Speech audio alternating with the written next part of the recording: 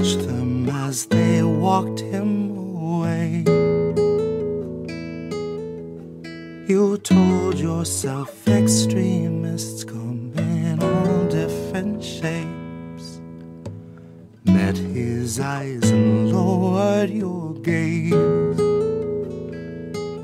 But is it too late for us to ever change? When we are collecting the dust of better days, they're always watching us, but we're never safe. We're not meant to be safe, not meant to escape. We aren't meant to wake.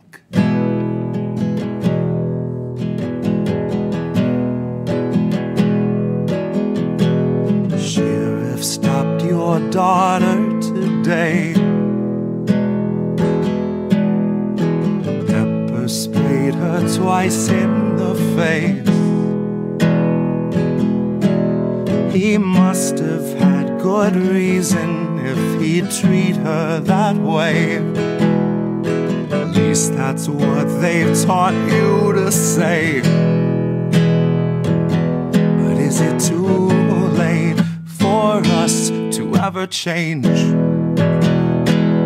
Once we're collecting the dust of better days, they're always watching us, but we're never safe. We're not meant to feel safe, not meant to escape. We aren't meant to wake.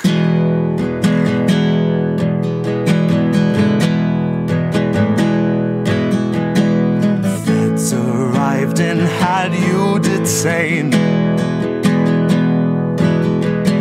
Said you'd made some posts they want changed. Tased you till you felt like you'd forgotten your name, or life before they had you contained. Oh, life before they had you contained.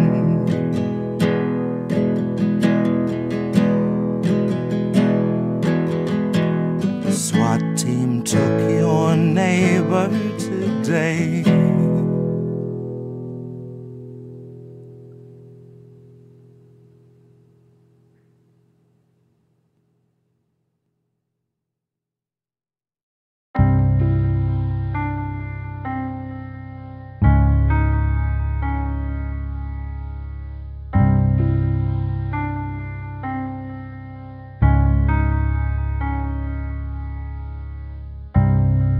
I'd like to take my whole discography, cram it in your generator, dial it to Zionist. I'd make my very own Antichrist, Jesse Jet but fascified, and settle things with violence. In half a line I'm dialed in, leave him no identity to shield behind or hide within. I'd like to pull out all his talking points, disconnect his socket joints, cue the tiny violins.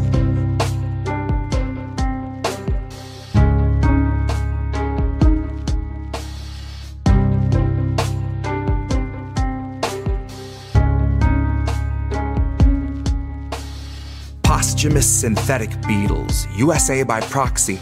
Toxins in your water, tiny plastic in your offspring. Plastic in the groundwater, plastic in the clouds. Oxys in the reservoir, we tried to flush them out, but we didn't move them very far, just out into the river, where the critters didn't want it, but we nonetheless delivered. Impact isn't something we historically considered till our waterways are fetid and our crops are dry and bitter. We won't connect the dots before the heavy Gosztola enter, before the DNC would see us vote for lesser Hitler. America by proxy, propaganda for beginners. It's Jimmy Kimmel interviewing chatbot Heinrich Himmler. As those who march for peace are being gassed by the police, a separate, safer crowd demands the bombing never cease, till all that's left of Gaza are its ashes on the breeze. Only then can the oppressor soundly sleep. America by proxy, 2023. It's the AI-rendered Beatles John and George were forced to be. It's AI-rendered Edith Piaf singing on your screen as the wishes of the dead are dipped in piss behind the scenes. And that's what gives that hideous, uncanny valley sheen, that plastic sort of lifelessness that's seeping out the seams.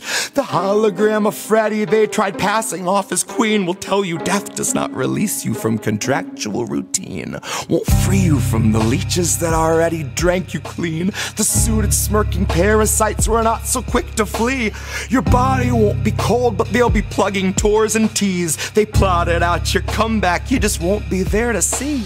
America by proxy, a giant failing mall, a year at most from shutting down and leveling it all. And once it's been demolished, I'll come leave a ring of salt and pay respect to John and George. I know it's not their fault. I'd like to take my whole discography, cram it in your generator, dial it to Zionist. I'd make my very own Antichrist, Jesse Jet but fascified, and settle things with violence. In half a line I'm dialed in, leave him no identity to shield behind or hide within. I'd like to pull out all his talking points, disconnect his socket joints, cue the tiny violins.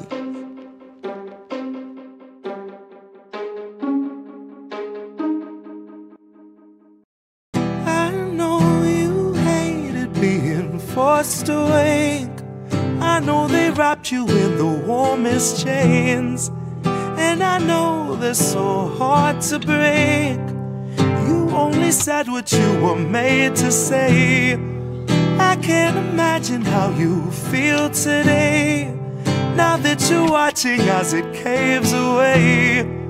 While you were telling us to keep the faith, I bet you wondered why they made you wait. Bet you wondered why they made you wait. Pity not the vultures, they've enough to eat. Pity not the structures laying at your feet. Cannot see the sky, but there's this rainbow in the creek that spells pity-free speech when we can't afford to speak. That's Agenda 2030 on some early release. It's just our policy of never-ending chemical leaks. That's the cholera awash in your embedded beliefs. It's the billionaires who tell you what you'd better believe. And sugar, if you don't agree, then that's what we call extreme. Now if that isn't fascism, I'm going back to sleep, 'cause words have lost their meaning and I'm trapped inside a dream where we turn the gears while living in the spaces in between.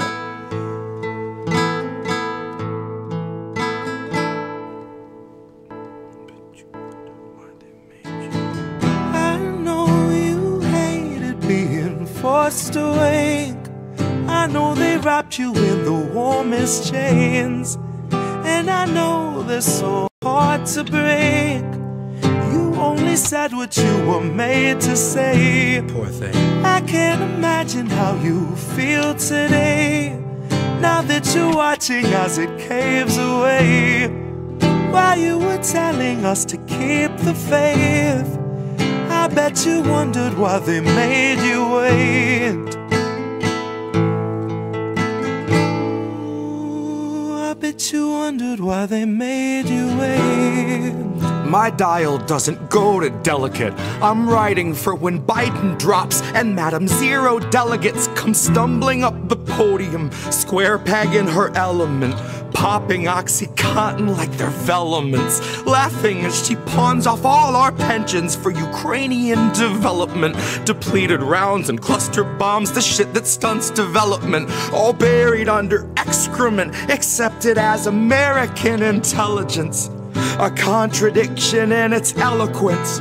Terms of surrender penned by hands that felt the threat of disconnect, if not dismemberment. Oh, what little proof you have to fake to make a nation love the bomb, change its tune and warp its temperament.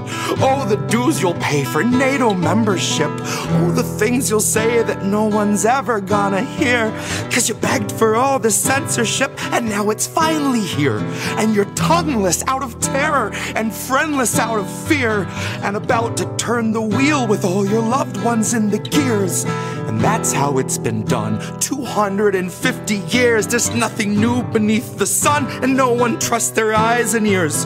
And scientific breakthroughs must be signed off by your peers, and autonomy's been stalking all our jobs like sickly deer.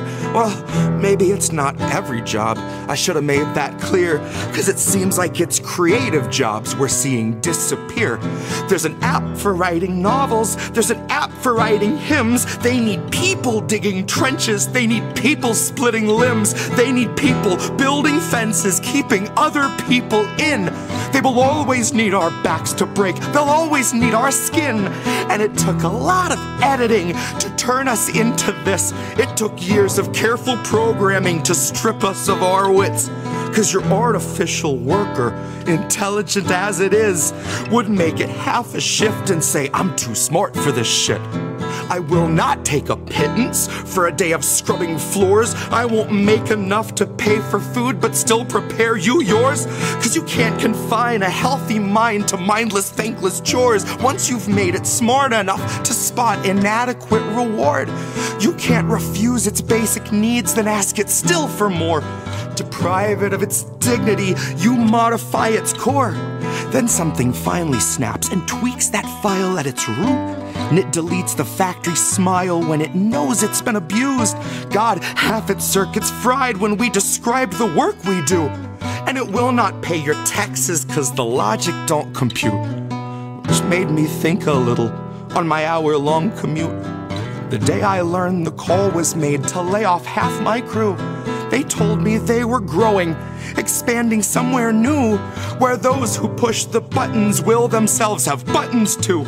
And I hope that when the whistle blows, they all as one refuse. I hope they strike with all their might, one blown collective fuse. And I hope the worker after me has something more than heart. I hope they truly know their worth. I hope that they're too smart. I know you hated being forced away.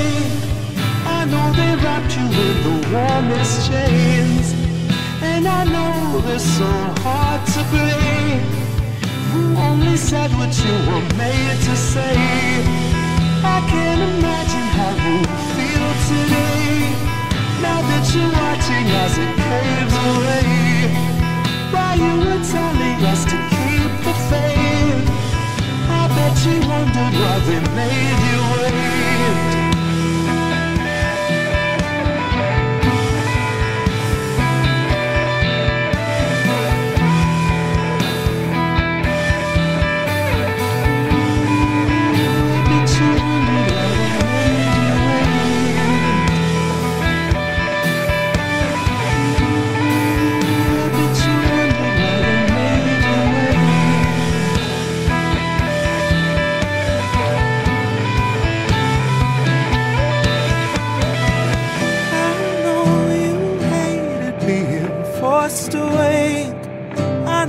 Wrapped you in the warmest chains, and I know they're so hard to break.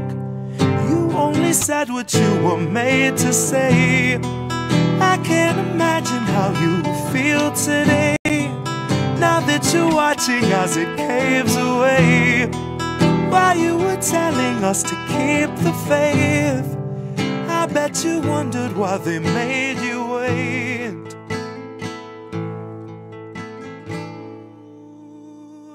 You wondered why they made you wait. Just an off-the-cuff chat between you and me. Us. We want to talk right down to earth in a language that everybody here can easily understand. Who are these people? It's us. We're these people. I love that intro. I love that intro so much. I'm here with a different co-host this time, Oz LaFave. Hey guys, thanks so much for having me on. Friend of the show, DJ Joe Nice. How are you, friend? What's good? And you hear Nick say this all the time. The United States is the most propagandized country in the world. We are so fucked, you guys. Again, I'm sorry for being cynical, but seriously, No. we're fucked. We are Right. fucked. We are well and truly fucking fucked. Just appreciate all the work that you do and the platforms that you all are providing. Hey, doing good. How are you guys doing? And as independent media, we have a responsibility to be, we don't hide our bias, obviously, but we must stay true to the facts. What's up, Pam? Cheers and salutations. Smoke 'em if you got 'em. But I am here with a man that I've been waiting to talk to for the last couple of years, Nico House. As an educator, what I would suggest is that, first of all, podcasts like these are made. So you need to be an example for the people and for the future, knowing that your words can actually change the future. What do you feel? What would Kwame Ture feel we would have to do? Well, politics is every day of every minute. You have to be aware of what's going on. Not voting on one day, so the vote has never meant anything. So I'm not a Democrat. See, I would call that guy the Black Obama. No. The issues that we talk about, listen to us. As always, kids, labels are bad. Stay independent. Good night, fam. INN News. What's up, everybody? It's INN News. Another week, another episode, and another 2 years of episodes. This is episode 99, right? Yes. That's a lot of Wednesdays. It is Wednesday, my dudes.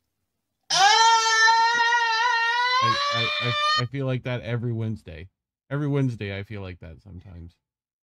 I think you probably have to share, since happy birthday to this show and happy birthday to you. Yep. Your birthday's Friday. Friday. Right? As is Sabby Sabs. We share a birthday. Sabby Sabs. Shout out to all the Pisces. Too many. So many Pisces. Too many. Well, it kind of makes sense because you all have God complexes, so it does kind of make sense. So you and your birthday racism. So Savvy, Jesse, Crab. Who else I'm missing? I think that's all the March. The Fee. February birthdays. I know. The Fee had one Monday. Yeah, Fee as well. Yeah. Jesus. That explains a lot. Don't fuck with us. There's a lot. There's a lot. Those little fish will flap your face. All right? But I think you should share because you were the mastermind behind INN News. Yeah. And you dragged me into this kicking and screaming. Unfortunately. But you may want to kind of share. I think it'd be good, sure, to kind of share what was your thought process in terms of having this show, and what in God's name did you think I would be somewhat? I don't even think of myself as competent, but why me? I thought you were capable, and there wasn't that many other people around, so I was like, I guess Collin, can you do it? And he's like, maybe, and I was like, okay, great. No. That was no. I said straight up no. Generally, maybe not no, but I was just kind of like, you weren't sure about it, and then I think I got you to do one, and then you're like, all right, and it took you 3 or 4 of them to get into the swing of things, and then you were like, all right, this is not too bad, so I mean, it can be bad. We've had some bad ones, but yeah. But I think I was already doing something similar before, and I was already kind of used to the process, so I just felt like as long as I can have someone consistent show up and do it with me, it would be fairly easy to keep doing. And 99 episodes later, we're here, so we'll have episode 100 next week with good old Robert Durden. So that should be a good time.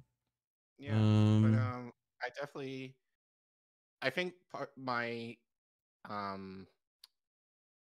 my hesitation mostly in doing this was, I mean, I see, like Nico, and at the time, like Savvy and Fee, Pasta, like all these people, in the space that I kind of looked up to, that I will watch regularly, and I kind of dreamt that could do this, but I didn't think of myself as capable of doing this, and more importantly, I just felt people in the space were extremely knowledgeable on politics, and I say almost every week, I am not that knowledgeable. I'm just a teacher that happens to care and makes the connection that our politics does connect to every aspect of your life, and we should be more aware of that in terms of our everyday lives. And so, you know, the idea that you asked me 2 years ago, kicking and screaming, to do this, it was like, I think there's just kind of the idea of you have to be knowledgeable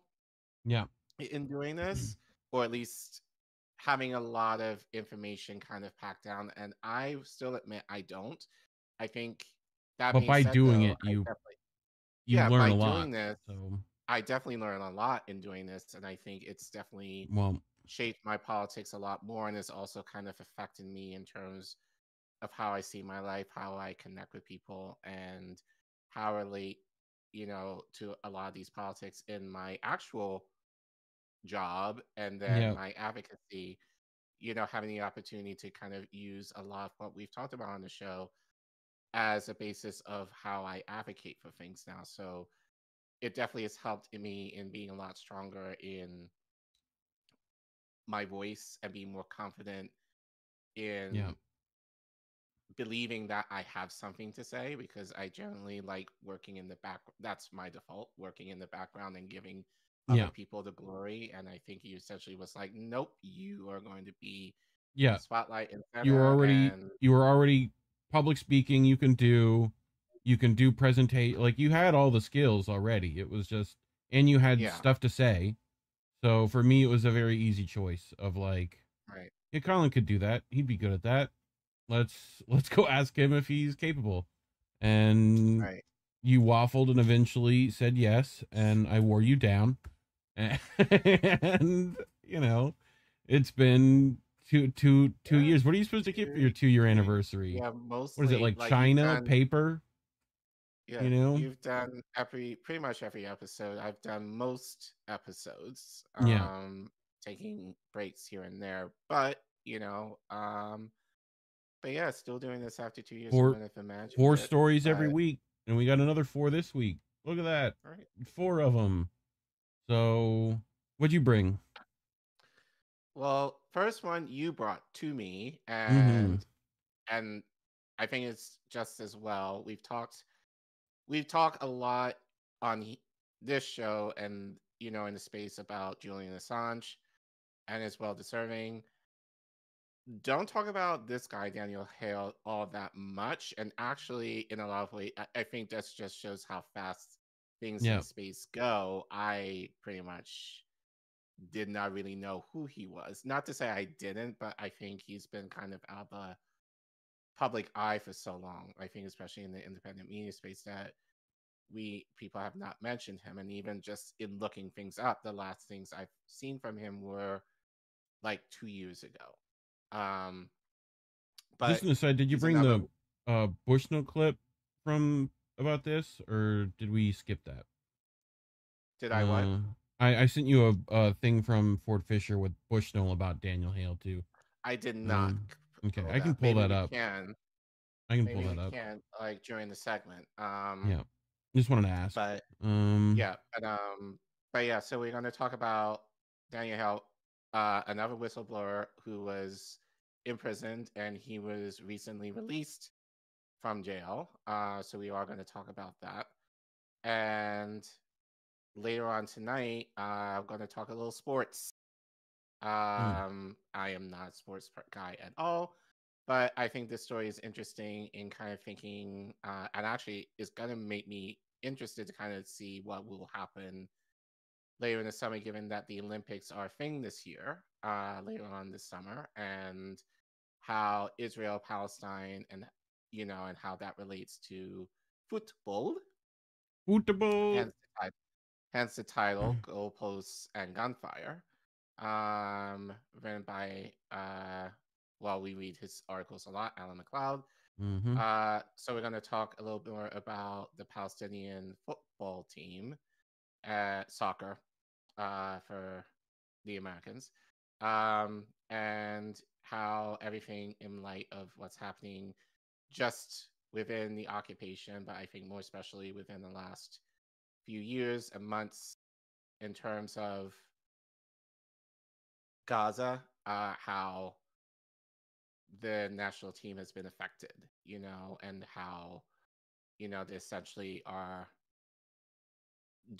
trying God's work in playing in the midst of suffering among their community and in some cases among themselves. So interesting story, but kind of relates to everything that we've talked about regarding Israel and Palestine as of late. But I figured, I think you also brought this to me too.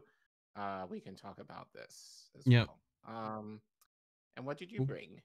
Well, I brought a bit of Caitlin Johnstone, as I seem to do frequently. But we're going to talk about Robo-Dogs, and the despicable things they might be used for, particularly in Gaza. So that's going to be a thing. We're going to get into that future terror. And then I also brought the meme wars. I know everyone takes part of them on Twitter, but I figured this piece by Kit Clarenberg about how NATO and Western powers use their online trolls against everyone. So we'll get into that. But yeah, that's what I brought. So hopefully you're ready. But first of all, you can support us at these places. You can go to Patreon and sub monthly.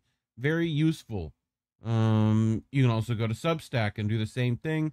And Rockfin and Rumble, we're there right now. If you're there, leave us a little super ray or a Rumble rant, and we can pull that up and talk about it and appreciate your donation. And I'm gonna leave Rumble and Rockfin in the chat for us, for people who are too lazy to go there and find it. But the other thing you can do, go away, Partition Wizard. Do you see this? You see this button? You could go there. You can donate to us. This is going to be our new super chat system until YouTube monetizes us again. So it might not happen. We don't know. We're going to figure things out. So this is the new thing. Go there. Leave us a donation. It should come up. There might be a special surprise if you hit donate. We'll see. You can give a little. We are testing this. So if you want to help us out, I know a lot of you predominantly like giving one-time donations, which is great. So this will be a way for us to make something, since YouTube has, I'm going to say it, has permanently demonetized our channel. They haven't said as such, but I feel like they basically have. So, and if you put !donate in chat, Nightbot will be happy to send you a link. So we have to teach you guys our way of doing one-timers. So like I said, we're testing this. So feel free to test it and see if it works for you. But if this works well, we're going to share this with our other colleagues in the network so that they're able to get. We're trying to get money for Jesse's laptop. Look at that. I got a button. Whoop, whoop. So, make that go up. So guys, you're essentially our guinea pigs in trying this out. So please let us know how this works for you. So we'll definitely put the links every once in a while in chat where you can donate directly to Coffee. And then we'll also have the QR codes distributed, at least for now, for out the slide. So if you're watching on your laptop, you're able to scan that and give money to us that way. And then we'll have some QR codes embedded in some of the slides right now. We'll probably work on making it permanent, so that you're able to give that way as well, especially if you're on your computer. So that being said, I'm ready to get started. Cool. Real quick, thanks to all these people. Look at all these. Look at all of them. We're gonna start putting you in. If you hit that donation and stuff. So do that. Hardlands Media in the chat with great advice to hit the like button. Hit the like button. He also says button. I prefer Batam, but you know, you might be a Batam, something. There's a joke there somewhere. But anyway, Collin, you brought this story. Well, you did, but I'm reporting on it.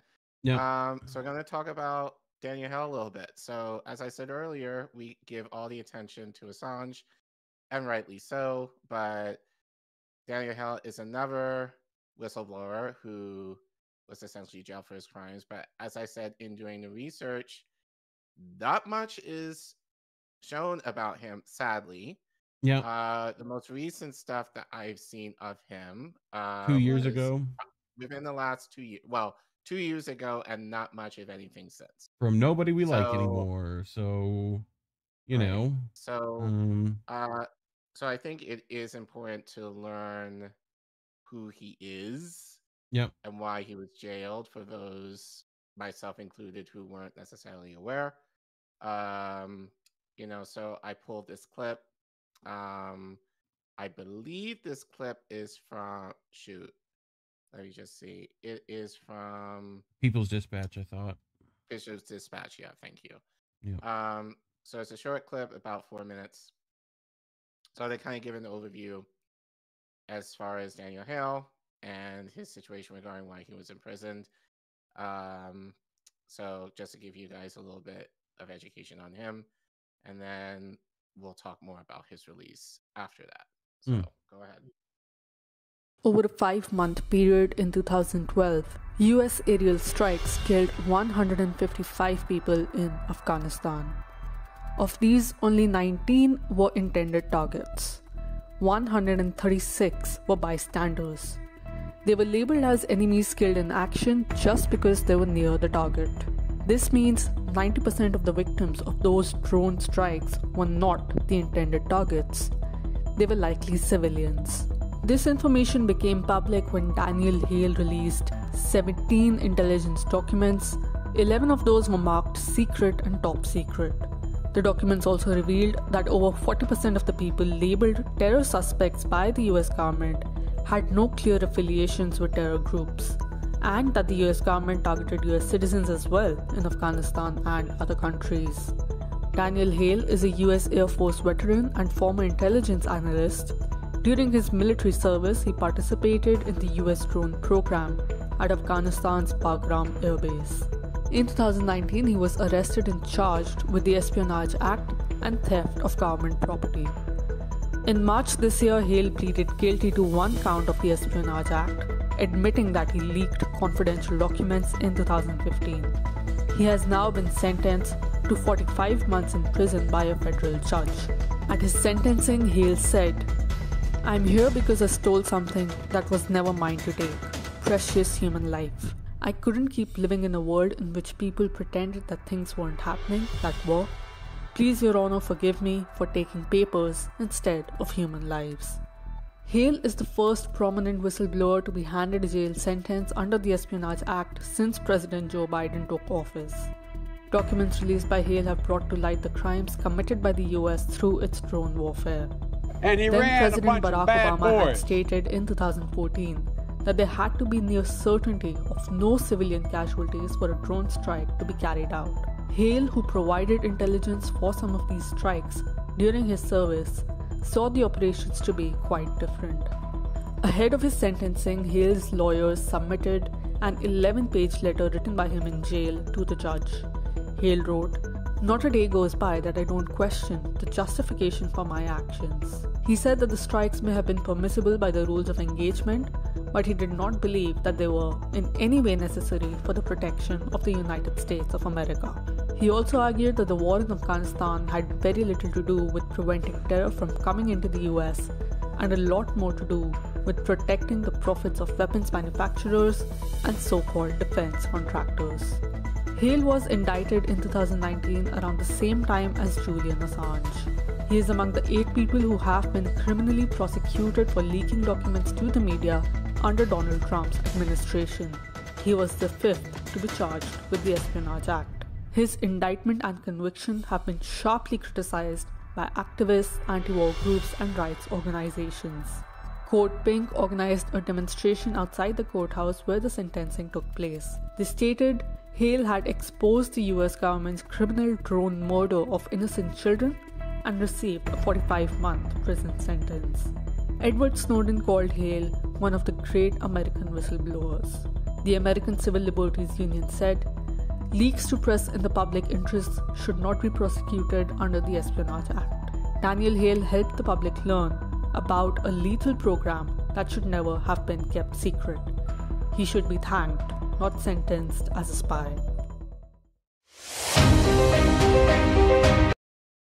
Okay. So basically Assange 2.0, but with a lighter sentence. Yeah. More or less. Yep.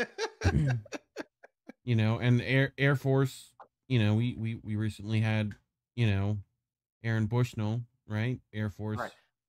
Right. So, and I know people were talking about last week when we covered him, you know, and I saw in articles since the idea of he probably knew some shit. So yeah. imagine if he was alive, what he would have been able to kind of potentially reveal regarding the U.S. Air Force and the connections to what's happening in Gaza right now. Because I'm going to say allegedly, but Aaron apparently knew some stuff regarding how the U.S. has kind of infiltrated the tunnels that are within Gaza. So potentially, you know, there was some information that he knew that now we don't not necessarily know now that he's dead, but you know, but yeah, so there's definitely that connection. Well, I have that clip well for later, so whenever we're ready for that. Okay. But you brought this article by Gosztola. On the Dissenter. Yeah. Where it's titled "Drone Whistleblowers Subjected to Harsh Confinement Finally Released from Prison." Daniel Hale's case was part of a continuation of the U.S. government's war on whistleblowers under President Joe Biden. So,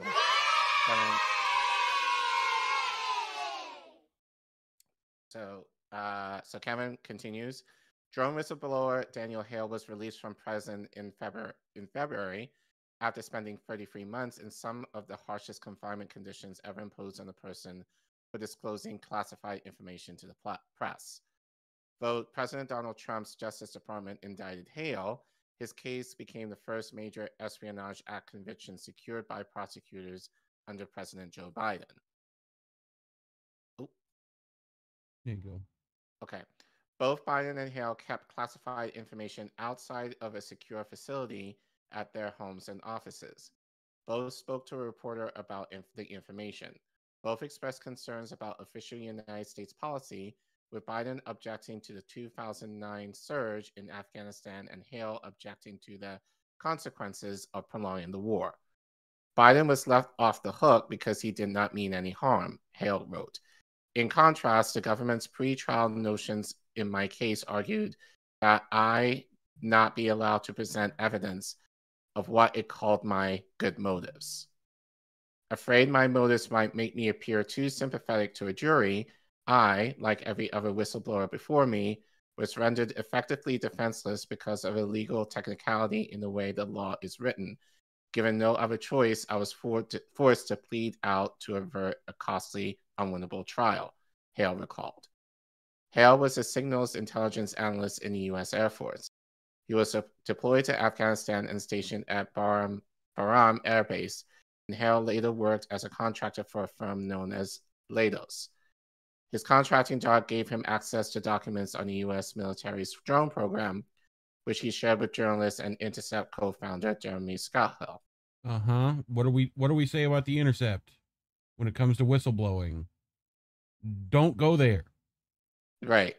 Go somewhere else. Just saying. Come to us instead. No, I'm kidding. Yeah, don't do that. There are much better people out there to go to. Right. But documents from the 2010s, which Hale revealed, brought attention to the sheer amount of civilian deaths caused by targeted killing operations. For example, during one 5-month period of Operation Haymaker in northeastern Afghanistan, Nearly 90% of the people killed in airstrikes were not the intended targets. Hale also released a watch listing guidance document that showed more than 40% of the people in the U.S. government's database of terrorism suspects had no recognized terrorist group affiliation. The document helped Muslim Americans clear their names and forced the government to remove them from the no-fly list. On March 31st, 2021, Hale pled guilty to one count of violating the Espionage Act. The U.S. Justice Department had him jailed at the Alexandria Detention Center until he was sentenced to 45 months in prison on July 27th. The Bureau of Prisons transferred Hale to U.S. Penitentiary Marlin in Illinois in October. He was placed in a communications management unit, which prisoners nicknamed Little Guatemala, in the 2000s, as it was established by President George W. Bush's administration for Muslim prisoners. By putting Hale in the CMU, he was effectively cut off from the support network that came to his aid during his prosecution. The prison could prevent him from writing articles for publication or retaliate against him if he gave any journalist permission to publish his mining. Moore, a close friend and member of his support team, said in December 2021 that his communications were severely limited. Mir was his only contact during the first months that he was in prison. Hale was only permitted 2 15-minute calls per week, and anyone he contacted had to be approved by the BOP. All phone calls were monitored in real time by the FBI, and any letters or reading materials sent to him was scanned. I wrote a couple of letters to Hale. A copy of my first letter, which I mailed in November 2021, was not shared with him until nearly a year later. I received a reply from Hale before the end of 2022. In early last year, I sent a second letter. I had no idea if Marlin prison administrators shared the file with Hale. I frequently share articles with CIA whistleblower John Kirikow while he was incarcerated to help him maintain a connection to the outside world, and every so often I had an opportunity to forward some of my reporting on whistleblowers and the government's latest Espionage Act prosecutions to Hale. Until Pentagon paper whistleblower Daniel Ellsbury was gravely ill from pancreatic cancer, Hale spoke with Ellsberg every Sunday. Ellsberg was a confidant, mentor, and moral compass on the darkest of days, according to Hale's support network. Sadly, Ellsbury died before Hale was released from prison. His incarceration made it impossible for Hale to join fellow whistleblowers in paying tribute to the godfather of whistleblowers when his family organized a memorial event. Since Hale was sentenced to prison, the Justice Department has intensified the government's ability to yield the Espionage Act to enforce secrecy. RS whistleblower Charles Littlejohn was severely punished for revealing Trump's tax returns to the New York Times. Joshua Schulte, who was found guilty of providing the Vault 7 materials to WikiLeaks, received a 33-year prison sentence for leaking that included a terrorism enhancement. The Justice Department had also ignored calls from lawmakers, journalists, and human rights advocates from around the world who have demanded that prosecutors end the government's dangerous case against WikiLeaks founder Julian Assange. On February 25th, Aaron Bushnell, a 25-year-old U.S. Air Force member, protested Israel's genocidal attack in Gaza and self-immolated in front of the Israeli embassy in Washington, D.C. Hale expressed his solidarity a day after Bushnell sacrificed himself. Both Aaron and I share a commonality that is more widely spread throughout the American military that the ruling class would only have you believe, Hale declared. The weight of guilt for the many crimes against humanity perpetuated by our own government hangs heavy over every veteran. Aaron succumbed to the most pervasive wound in the U.S. military, a mortal wound. Well, moral wound, sorry. Well, on that I urge each of you, hold on one second, one last slide. Yeah. I urge each of you to honor his memory by going and looking at his final moments uncensored, which we did last week. You can watch those clips and streams in our feed. Yep. Aaron wanted everyone to witness the horror of human beings consumed by flames, lest we continue to ignore the reality of what our bombs are doing to the bodies of Gazan children by the tens of thousands, Hale concluded. Yep. Which I brought this from Ford Fisher, who was there on the scene, as were you, I do believe. So this was at the memoriam for Bushnell. And this lady has something to say about it. Hi everyone, my name's Danica, but I am not speaking on behalf of myself tonight. I'm speaking on behalf of Daniel Hale, who was an Air Force veteran who was sent to prison for whistleblowing on the U.S. drone program.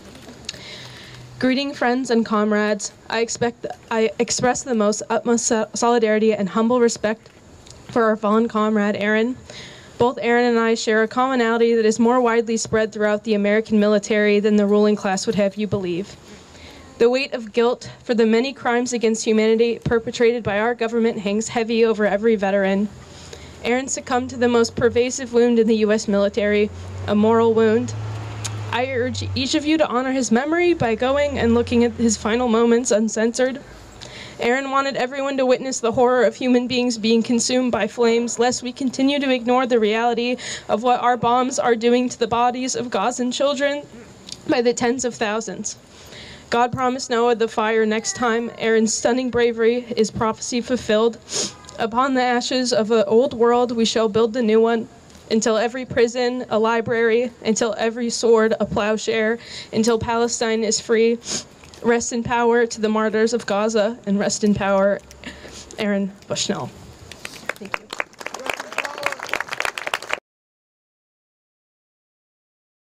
Yeah.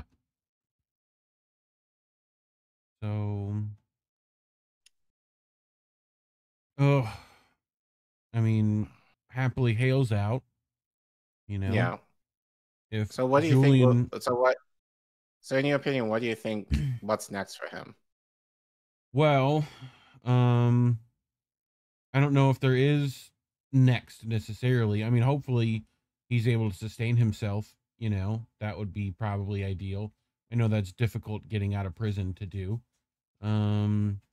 Especially when you have, you know, felony charges or whatever. What was he charged with again? Espionage, right? Right.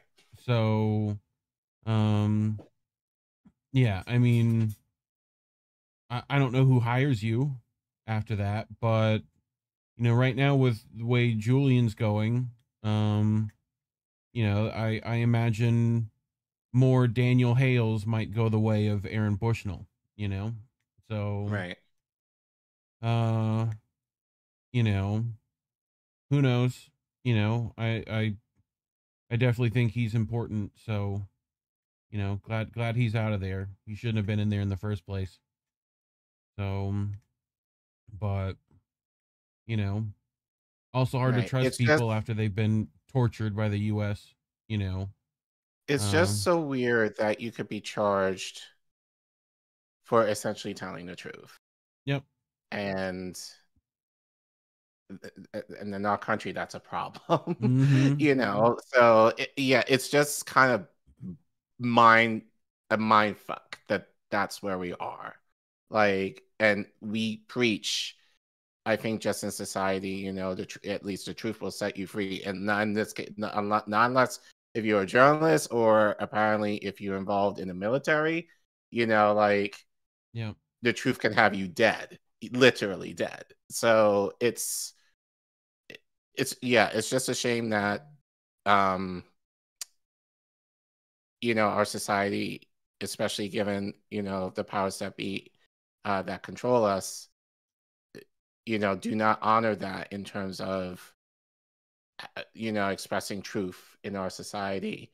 And that people who are in the business of doing that are penalized heavily with their lives for it. That being said, though, yeah, I'm glad, you know, Hale is out. But it does give the implication about Assange, like what's going to happen to him, and you know, anyone else who is willing to do something similar, you know, in terms of both of these men. You know, what are the implications moving forward in terms of, you know, now that Hale is out, but you know, Julian Assange is still in jail and possibly extradited, and they're killing him, you know, slowly. in Belmarsh right now. Like, what's the implications for him? Well, and then anyone else who's there's a willing to mantis do in so. chat. That is why INN and other channels are censored for telling the truth. It's why we're demonetized as well. That's why we're demonetized. That's why we're heavily suppressed. So we have to do things like this, where you scan a QR code and you donate to us on Ko-fi if you want more truth like this. You can also go to code-fi.com/Indie News Network. You can also like and subscribe, hit share, comment, help get INN to 2K. It's very useful. The more that number goes up, harder YouTube has of, blocking us out. So appreciate you if you're doing these things. But yeah, which for those watching the live chat, you can do these things too. You can go there. You can click that. You might even, make this little thing go up. Look at that. We're trying to get stuff for people, make things happen. So, you might get a surprise if you donate there. Go try it out. You can put !donate in chat, and Nightbot will be happy to give you a link. So, which I'm also going to go check Rockfin and Rumble, because that's what we do right now. Look, there's people on the Rumble. Look at that. Elm Debonair. Hi, everyone. Happy birthday. Thank you. Thank you, Elm. Appreciate you. Maybe you can invite Daniel Hale on the show. Sure. I would be happy to have Daniel Hale on. If anyone has his contact, let me know. But yeah, I'm going to leave Rockfin and Rumble links in the chat for people to go to if they want to go support us there. So doing all the stuff and things, but yeah. You ready for our next one, Care Bear? I am, because we've talked about stuff like this or relation to this before, although your your image looks like a Voltron lion or a Power Rangers Zord. Which is it? I mean, it's a Robo-Dog. So here's a story by Caitlin Johnstone about, terrors beyond our comprehension. So lovely technology does things for us. So we're going to get into it, but Robo-Dog, I don't know. I don't know if Voltron has something this is like definitely the evil Voltron thing. Like, was there an evil Voltron? Like, I feel like Power Rangers had an evil Megazord, but oh sure, yeah, I'm not sure about Voltron though. But yeah, either way, it looks like a lion from Voltron to me. Is that what the AI came with when you put in Robo-Dog? Yes, I had trouble trying to get it to, but I got here and was like, perfect, that will work.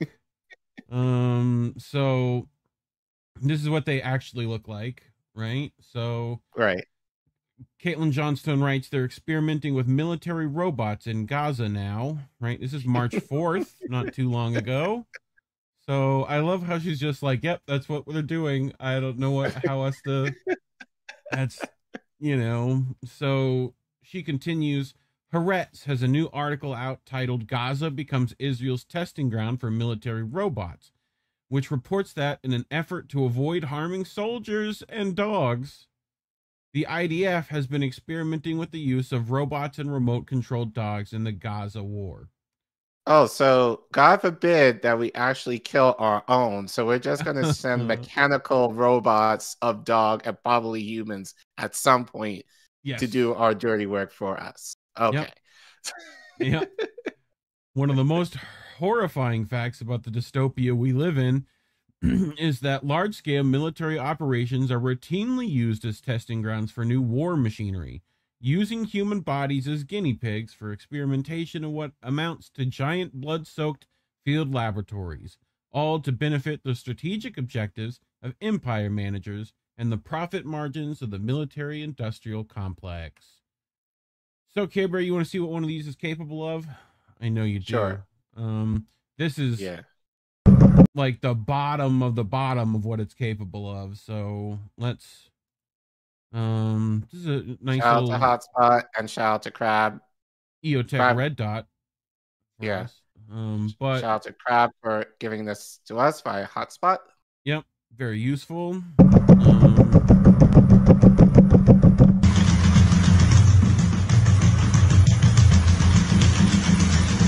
Okay.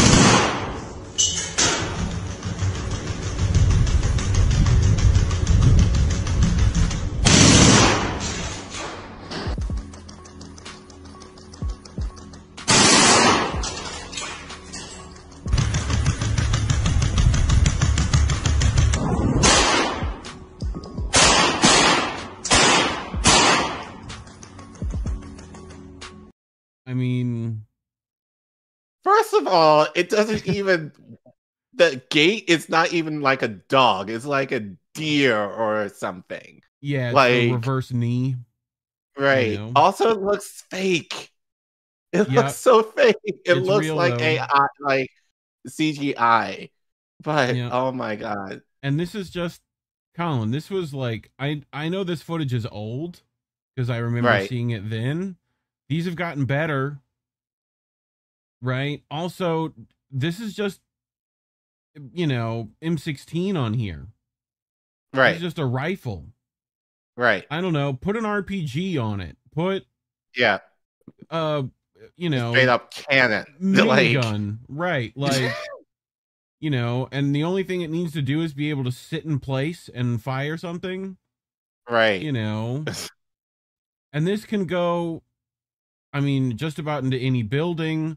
I know they have little arms for them to grab door handles and stuff like that. Oh god. Right? So, or other things. But yeah, I mean, also, how well can it aim? It has robotic aim. Right. So, it could theoretically make shots that humans couldn't. Right. So, yeah, like a little 40 mil grenade launcher right into your living room from the Robo-Dog. So just super fun things. And we've covered loads of this kind of stuff before, so it's nothing new to us, but no. Which we've covered. Haaretz has a new article out titled Gaza becomes Israel's testing ground for military robots, which reports that in an effort to avoid harming soldiers. We read that. So the news comes out at the same time as the new Public Citizen report, which I think you covered. We covered one of these. Warning of the likely imminent arrival of autonomous weapon systems, which will kill people with minimal instruction from human pilots. Saying the most serious worrying involving autonomous weapons is that they inherently dehumanize the people targeted and make it easier to tolerate widespread killing, including in violation of international human rights law. So, right. Yeah, think about it. Like, like this is the swerve. Like, oh, it's not like, and this I can see Israel being like, well, it's not humans that's killing it; it's robots. Technical difficulties, right? So they have had, Collin. We've covered it on How Do We Miss That.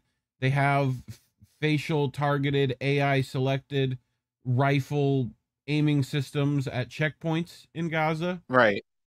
They have. Between Thales and Elbit and loads of these companies, they are more than willing to try and, try their new wares. So we know they've been using AI targeting systems for bombs. We know that's a thing. In fact, one of the people speaking at the Daniel Hale thing, the Aaron Bushnell thing not that long ago was talking about, the Air Force has things to see in every building ever. They know exactly what they're bombing. Right. So. And speaking of Elbit, we've covered them, and then we had guests, from the Charleston protests, who mentioned this. Yeah. As well. Tamara and I forgot the guy's name. Sorry. They mentioned about Elbit as well. And I think I sent this to you via Mint Press News, I think on Monday, that the UK has awarded Elbit with a new contract. Yeah. Yeah. Well, it's like we so- talked about Thales before too, and Paradise Bombed, right? They Mhm. were ones doing that along with suppliers from China. So yeah, so the more normalized robots become with the world's militaries, the closer we come to the point, and steps are already being taken in that direction. As Common Dreams Thor Benson notes in an article about the Public Citizen Report, Israel has purchased and at times deployed self-piloting lethal drones. Back in January, Caitlin wrote that Gaza is a live laboratory for the military-industrial complex, saying data is with absolute certainty being collected on all the newer weapons being field tested on human bodies in Gaza, just like has been happening in Ukraine, to be used to benefit the war machine and arms industry. What sparked this comment at the time was reports and first-hand witness accounts we'd seen coming out the prolific use of IDF sniper drones in Gaza since October, with Israeli forces frequently shooting Palestinians with quad drones armed with rifles. Copious records are most assuredly being compiled on the effectiveness of these newer weapons and tactics in ending human lives, which will then be used to help market those weapons to other states and to improve their efficiency in killing. So I wanted to shout this guy out. So this was a Google engineer, and with these newfound technologies, you know, you might get people willing to not be for that. So did you watch this yet, Care Bear? Did you see this? No. I'm a Google Cloud software engineer, and I refuse to build technology that powers genocide, apartheid, or surveillance. Project Nimbus puts Palestinian community members in danger. I refuse to build technology that's going to be used for cloud apartheid. No cloud for apartheid. No tech for apartheid. Free Palestine. Growing, be resilient, and keep on. Google is complicit in Israeli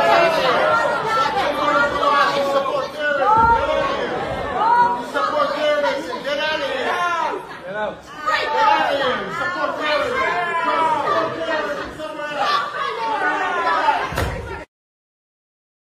Wow. Yeah. Remember, Google used to have a thing on their book saying, "Don't be evil." They took that out. The joke writes itself. You know what I mean? Right. Like, so, yeah. So Caitlin continues.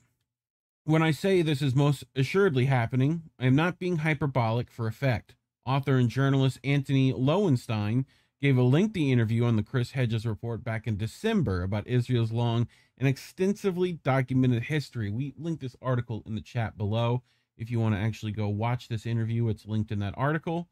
Of using Gaza as a testing ground for new weapons, spyware, surveillance, and security systems, AI drones, and tactics, which has profited scores of corporations and enabled Israel to become a player of outside success in the global weapons industry. Israel's drones surveillance technology, including spyware, facial recognition software, biometric gathering infrastructure, along with smart fences, experimental bombs, and AI-controlled machine guns, are all tried out on the captive population in Gaza, often with lethal results, says Hedges in introduction. These weapons and technologies are then certified as battle-tested and sold around the world. This doesn't only happen in Gaza. This past September, the Wall Street Journal published an article titled, "The War in Ukraine is Also a Giant Arms Fair," subtitled, "Arms Makers Are Getting Orders for Weapons Being Put to the Test on the Battlefield." In January of last year, CNN published a report titled, "How Ukraine Became a Test Bed for Western Weapons and Battlefield Innovation," with one source saying that Ukraine is absolutely a weapons lab in every sense because none of this equipment has ever actually been used in a war between two industrially developed nations. Okay. And of course, we are also seeing the same phenomenon, and guess where, Care Bear? Africa. In 2021, Mint Press News published a report by Scott Timke titled, "West Africa is the latest testing ground for U.S. military artificial intelligence." About this very same trend in 2020, Libya saw what is believed to have been the first time a human has ever been killed by a fully automated drone attack. Look at that, Care Bear. Black people being the first to do something again. Damn. That is killed without the machine having been told to do so by a human. Yay. Congratulations! The other day, we discussed how the Empire's great weakness is that it depends on normal human beings to carry out its orders and turn the gears of the machine. If you look at the facts and think about them for a moment, it's not hard to see how the Empire managers are hoping to overcome this weakness in the future.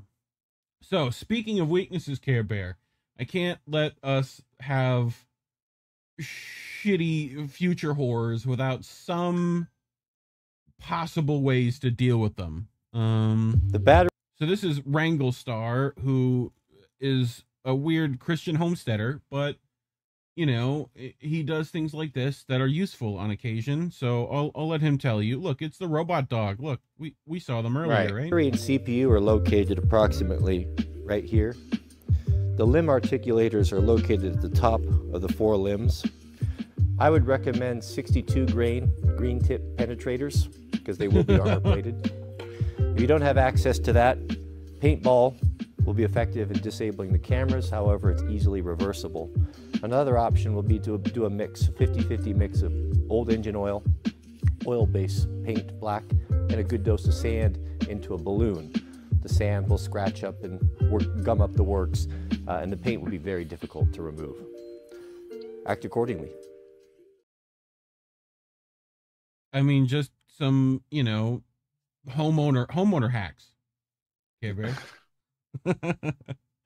So, you know. But yeah. So thoughts? We're in Skynet. Yeah, it's already here, baby. It's already here. You know? I mean, we've talked about Robo-Dogs, AI drone, like, you know, Time to it start still making feels your very own. much right. That's how but John it's Connor still, beat Terminator. He got a Terminator to use against the Terminators. That's right. That's how he did that. But I think the most significant thing, again, is how will this, you know, in terms of international law, like how will this affect, you know, even any ruling moving forward, especially given that tech, you can make it, as you said, the technicality. Oh, it wasn't a human that killed this person. It was a robot that killed the person. You know, obviously the robot had to be controlled by said human and in order programmed to do it. With very particular To do it. But Caitlin brought up a good point as far as the law. I'm sure international law, when it comes to, you know, stuff like this, it's going to take a while for them to catch up to this idea. But can you imagine the carnage that can happen in between all of that, for that to kind of take effect? And I can't imagine that's not going to happen anytime soon. I'm sure not within the next decade or so, depending, you know, how well their technology is with these robots. This is the problem with technology. It's always exploited by the capitalist in power for war and for nefarious means. You know, this could be used for all sorts of actual beneficial things for humans, right? Like, you know, it's not. It's being used to murder our fellow man, you know. Right. And I sent the tweet out earlier today. I sent a tweet out earlier today in regards to another issue, but it relates to this. You know, like, I basically said the Democrat, what happens on the federal level in terms of how our parties handle their business will eventually kind of trickle down on a local level. And I made the example, cops will definitely be using this shit. Exactly. But I made the example earlier today that, so just more local news for me, that DC, my DC council just passed a policing bill, that essentially gives police more power, and less accountability in terms of how they handle, make arrests and all this kind of stuff. So, so I made the argument that this is in a lot of ways a result of Biden militarizing funding the police more.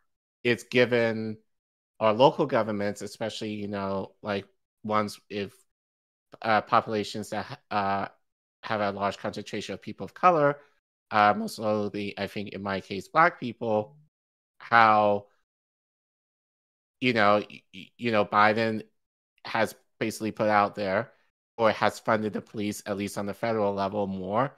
That's translated to people, politicians on the local level wanting to push for, especially now with an uptick in crime in many major cities. The push now is, obviously more cops, and not just more cops, being able to give them more toys or more power in order to, oppress the working class even more. So yeah, I mean, there was, I think, a famous tweet on this of like a Robo-Dog walking in New York City, I think maybe a year or so ago. But yeah, this is going to become more commonplace. Like you're not going to see Robo-Dog necessarily roaming around like in a rich neighborhood. I can maybe, but I can see it more likely, in a low-income neighborhood. Yeah. Especially for cops who may be afraid to kind of enter into said low-income neighborhoods. Just send in the dogs to do your dirty work. I mean, send them to places where humans can't go, nuclear silos, that kind of stuff, but here is right. Just...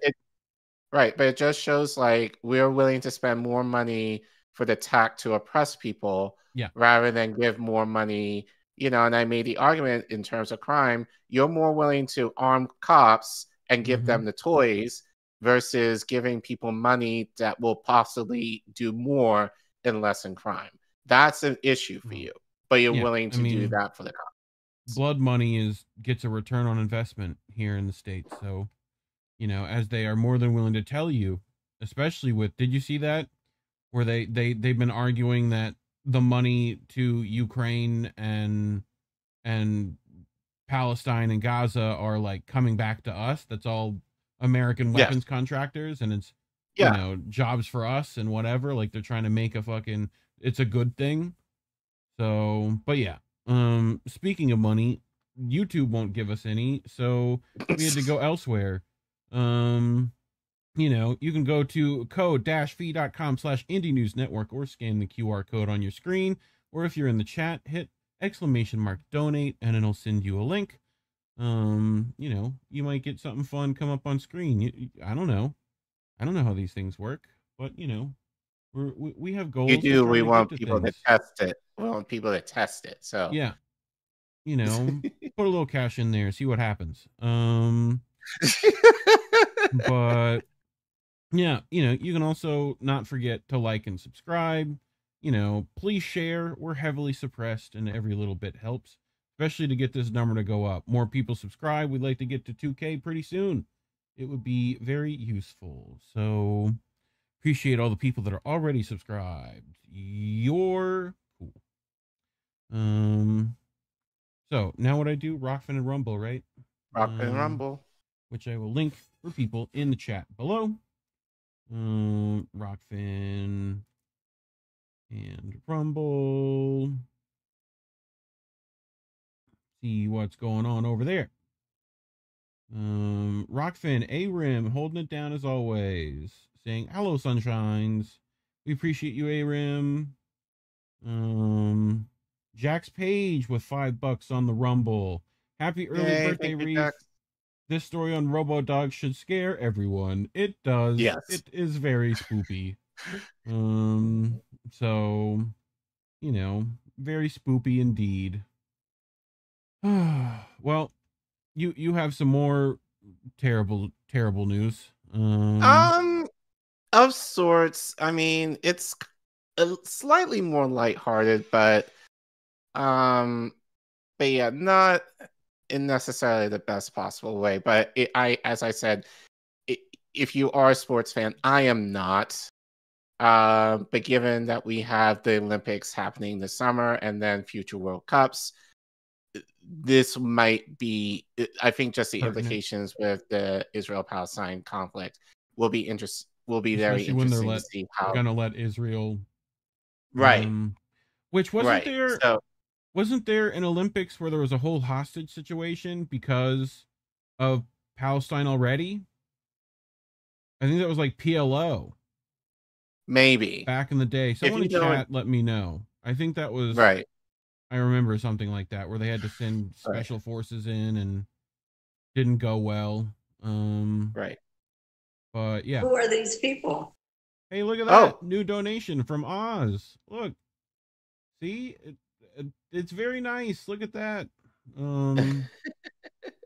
It works. Now let's see if I can actually see if you left a message. Nope, you just gave us $5. Appreciate you. Thank you, Oz. Yeah. Very Twitch-like, actually. That kind of think of it that way. Yep. Very nice. All right, but yeah. So I think this story will be interesting given the Olympics and the World Cup and any international sports-related thing moving forward where Israel is involved. So I mean, I remember, like, it had to be the last World Cup. There was a lot of people, a lot of fans, you know, who were in support of Palestine back. I think it was even last year or 2 years ago. Back then, you know. So I can only imagine. Yeah, German Olympics. Yeah. Thank you, Dr. Nick. I can only imagine moving forward, especially over the next few months / years, how, you know, Palestinian solidarity will intensify at these events for sure. But we're going to talk about soccer now.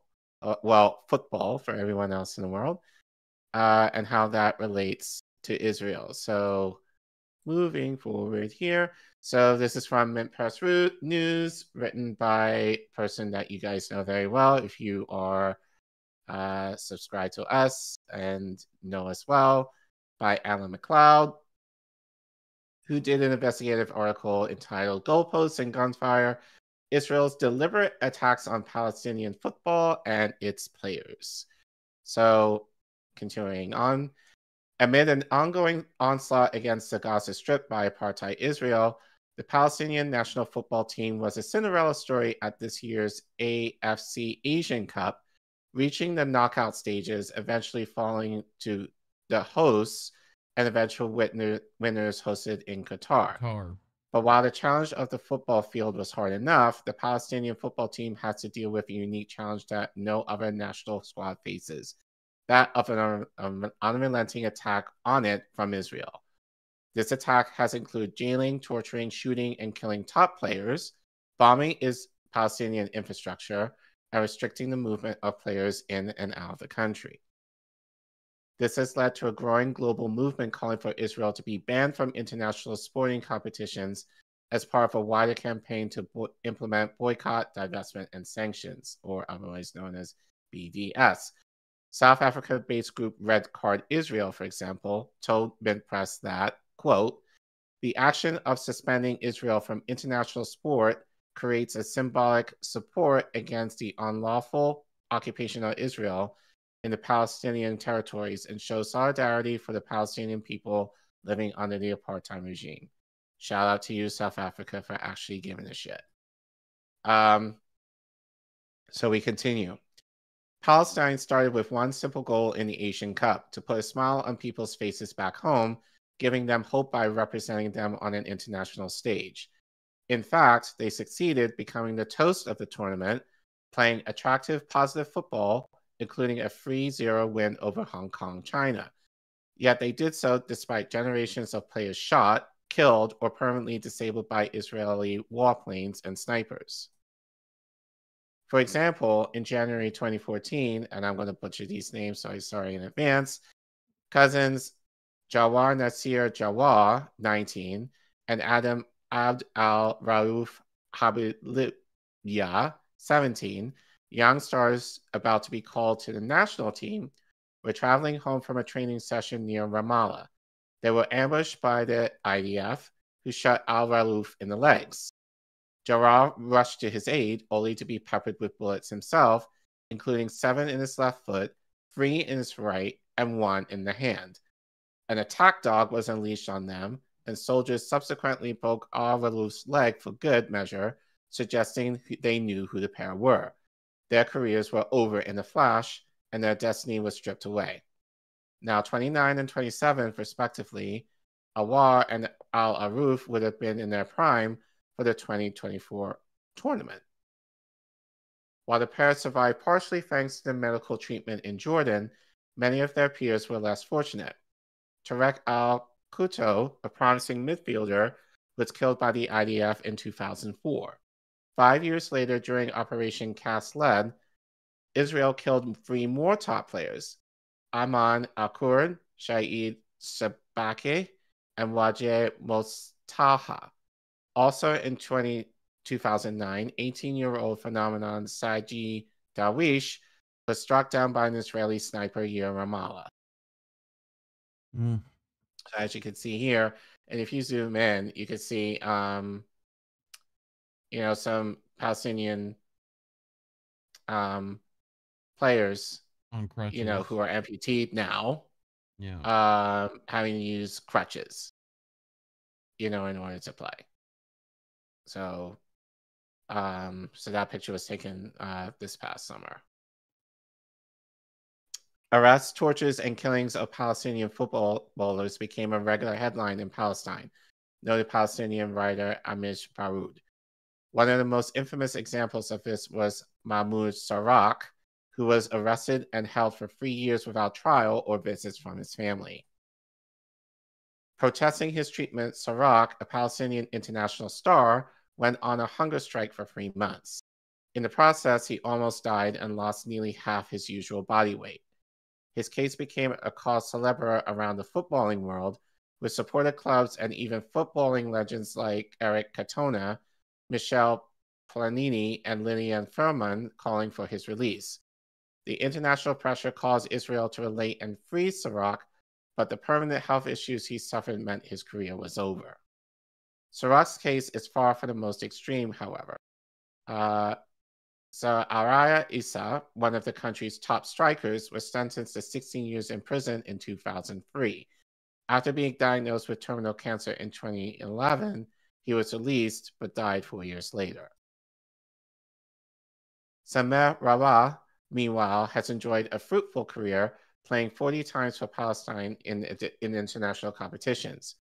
He would no doubt have achieved more, however, if he had not been arrested at a border crossing between Jordan and the West Bank and accused by Israel of being an associate of Hamas.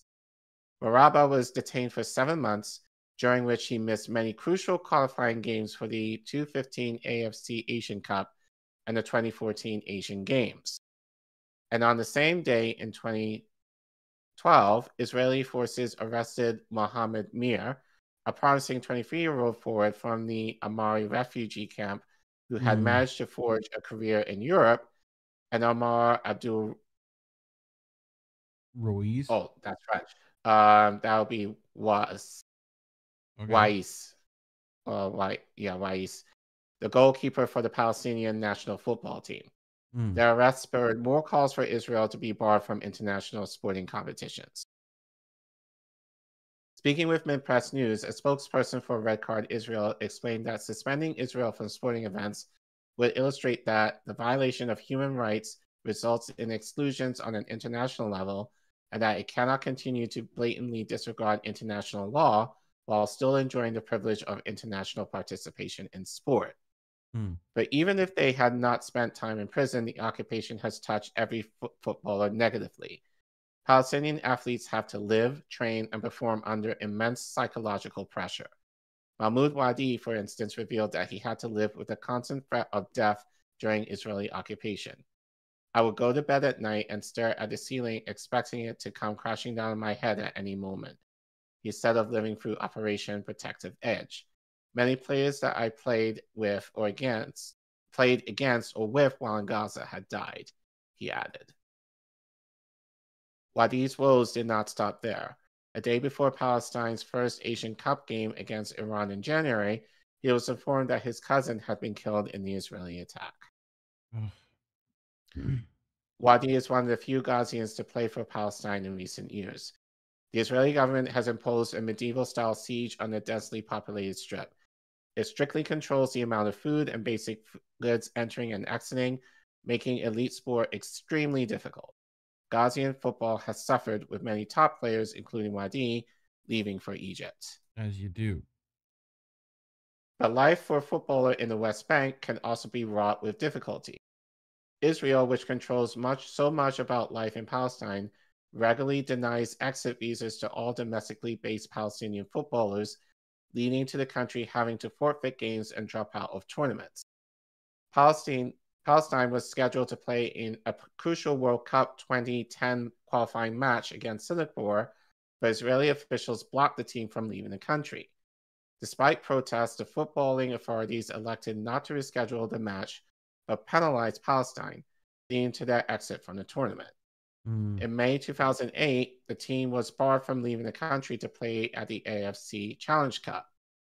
3 years later, two national team players were refused. The team was, yeah. 3 years later, the two national team players were refused re-entry into the West Bank after a match against Thailand. It is in part these sorts of arbitrary travel restrictions that have led selectors to look to the diaspora Palestinian population for players. So Israel kept them from leaving. That means they couldn't play. Then the AFC Cup went, well, we're going to penalize you because you weren't here. Couldn't play. Right. So, and then later they didn't let them back in after going to Thailand to play. Like, okay, so just sure. I mean, okay. Yeah.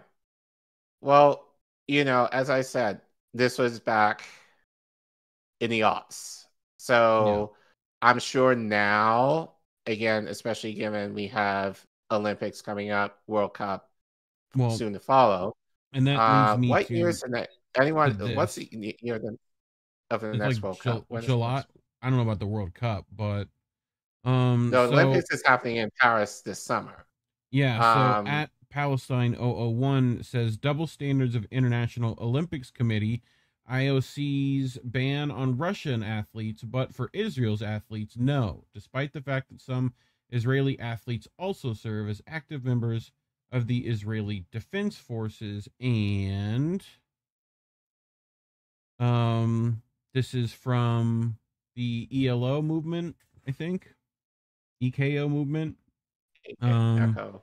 Yeah, so while Israel's military is gearing up to invade Rafah, its team is set to compete in the Olympics this July. Let's call on the International Olympic Committee to ban Israel from competition now at eko.org/Gaza. And the IOC is corrupt. The IOC is corrupt as hell. So. Oh, for sure. But I wanted to also bring this up, which part we were talking about this earlier, right? So 1972 massacre, the Munich massacre. The Munich massacre was a terrorist attack carried out during the 1972 Summer Olympics in Munich, right? After two Palestinian Christian villages whose inhabitants were expelled by the IDF, right? So, yeah, this was essentially 8 members of the Palestinian militant organization Black September, who infiltrated the Olympic Village, killed 2 members of the Israeli Olympic team, and took 9 others hostage. So, yeah, I mean, this is not, which we know how it goes with hostages and Palestine and whatever. It's a lot of times allegedly. So, especially when you look up what Israel's false flags look like. But, I digress. Who are these people? Hey, look at that. New donation from Kate on Ko-fi. Appreciate you. Look at that. It landed right on my head. I know, right? Don't let that money go to your head. Don't do it. Any message though? I'll look. I just have to refresh it, I think. Kameshwari Kate donated $15. Oh, thank I don't you, know. Kate. I don't know if it lets you leave a message. It might. But you know, not sure. Let us know if it did or didn't. If not, I'll try to fix that so it does, because that would be nice, right? Yeah. So, but yeah, appreciate Well, you. at least we know it works. So thank you, Kate. Yep. But anyway, look at that. You made that little green sliver go up. Look at that little green sliver. So, the constant Israeli military attacks have also taken a toll on the footballing infrastructure. In 2009, Israel destroyed the Rafah National Stadium in Gaza, and no football is being played at Yarmouk Stadium in Gaza City because Israel has turned the structure into an open-air prison camp. Images showing dozens of Palestinians, some as young as 9, stripped and paraded around at gunpoint went viral on social media in December, sparking global outrage. All of this has meant that Palestine regularly has to play its home games in other countries. The team had to pull out of the Merdeka tournament in Malaysia due to the Israeli onslaught, and Palestine is scheduled to play all of its upcoming home matches for the 20. Oh, another donation from Kate. Appreciate let me you. finish this sentence. And Palestine is scheduled to play all of its upcoming home matches for the 2026 World Cup qualification tournament in Kuwait. Okay, so that answers my question. 2020. Yep. And Kate writes, "What do you know? I can leave a message." So cool. Yeah. Cool. Thank you. Thank you. All right. Awesome. Yep. So now we know it works. Yeah. Shout out to Reef for figuring this out. Oh. And he yelled at PayPal this morning. It was fun times. Well, that's why you're the tech genius behind that. So, but yeah, as you were saying, Reef, it just like Palestine is being penalized for not being able to, like, they have nowhere to practice. No. Their teammates are essentially, at worst, dying, dead. And friends main. Right. And Israel is not being held accountable for any of this. But as I said, I'm sure this will change. Yeah. Possibly in some ways.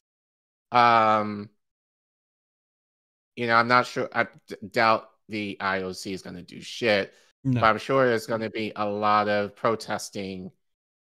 That's what I'm sure they're worried about. Or anything that Israel is involved with. There's going to be, a lot of pushback from crowds or whatever. So, but I'm just thinking about this, like, it's just going to get, and I think that other people have kind of mentioned this, like, people ostracizing Israel is just going to make Israelis kind of double down and just to continue to verify, like, the narrative of, we're being so suppressed, like, we had to deal with what we went through in the Holocaust, and, like, we're being, like, oppressed again by, the world, and, like, they're not letting us play, and, like, just a whole lot of that bullshit, miscounting their assault on Palestinians. Like, they don't even mention that, but they're going to play the victim in terms of whenever they essentially are forced to be accountable of what they're doing to Palestinians. So, it's going to be an interesting Olympics for sure. Anyway. In contrast, aside from some vocal opposition from opposing fans at games, Israel and its national football team have faced almost no negative repercussions. This is partially due to the position of the sport's governing body FIFA, which has consistently refused to act upon requests to hold Israel to account. In January, the Palestinian Football Association released a formal request calling on FIFA to ban Israel from sporting competitions over blatant human rights violations like the ones cataloged here. It is not as if FIFA has not taken action before. In the 1990s, it banned Yugoslavia from competing at the 1994 World Cup amid a war with the Balkans. And in 2022, the organization indefinitely suspended Russia from international competitions because it invaded Ukraine. Yet these states were carrying out actions that Western powers, above all the US, opposed. In contrast, aggressive actions or human rights violations by Western powers never result in FIFA bans, a fact suggesting where the real power in the organization lies. Indeed, it appears that opposing Israeli attacks is more likely to result in negative consequences than carrying them out. A number of professional footballers in Europe have been fired for making public comments criticizing Israel or supporting Palestine. Indonesia, slated to host the FIFA 2023 Under-20 World Cup, was stripped of that honor after uncertainty over whether it would allow the Israeli team to compete. Indonesia does not maintain diplomatic relations with Israel. As such, in football, as with politics, any actor proposing or carrying out a principled, nonviolent boycott of Israel is likely to face consequences from authorities. 37 U.S. states currently have anti-BDS laws on their books, despite the fact that nearly 3/4 of Americans oppose such legislation. Despite the opposition from football's governing body, a growing grassroots global movement is emerging, demanding sporting authorities take action to oppose genocide. This is being led by South Africa is significant. That so much of the Palestine solidarity movement emanates from South Africa is significant. Until the 1990s, South Africa was dominated by a human rights abusing apartheid regime.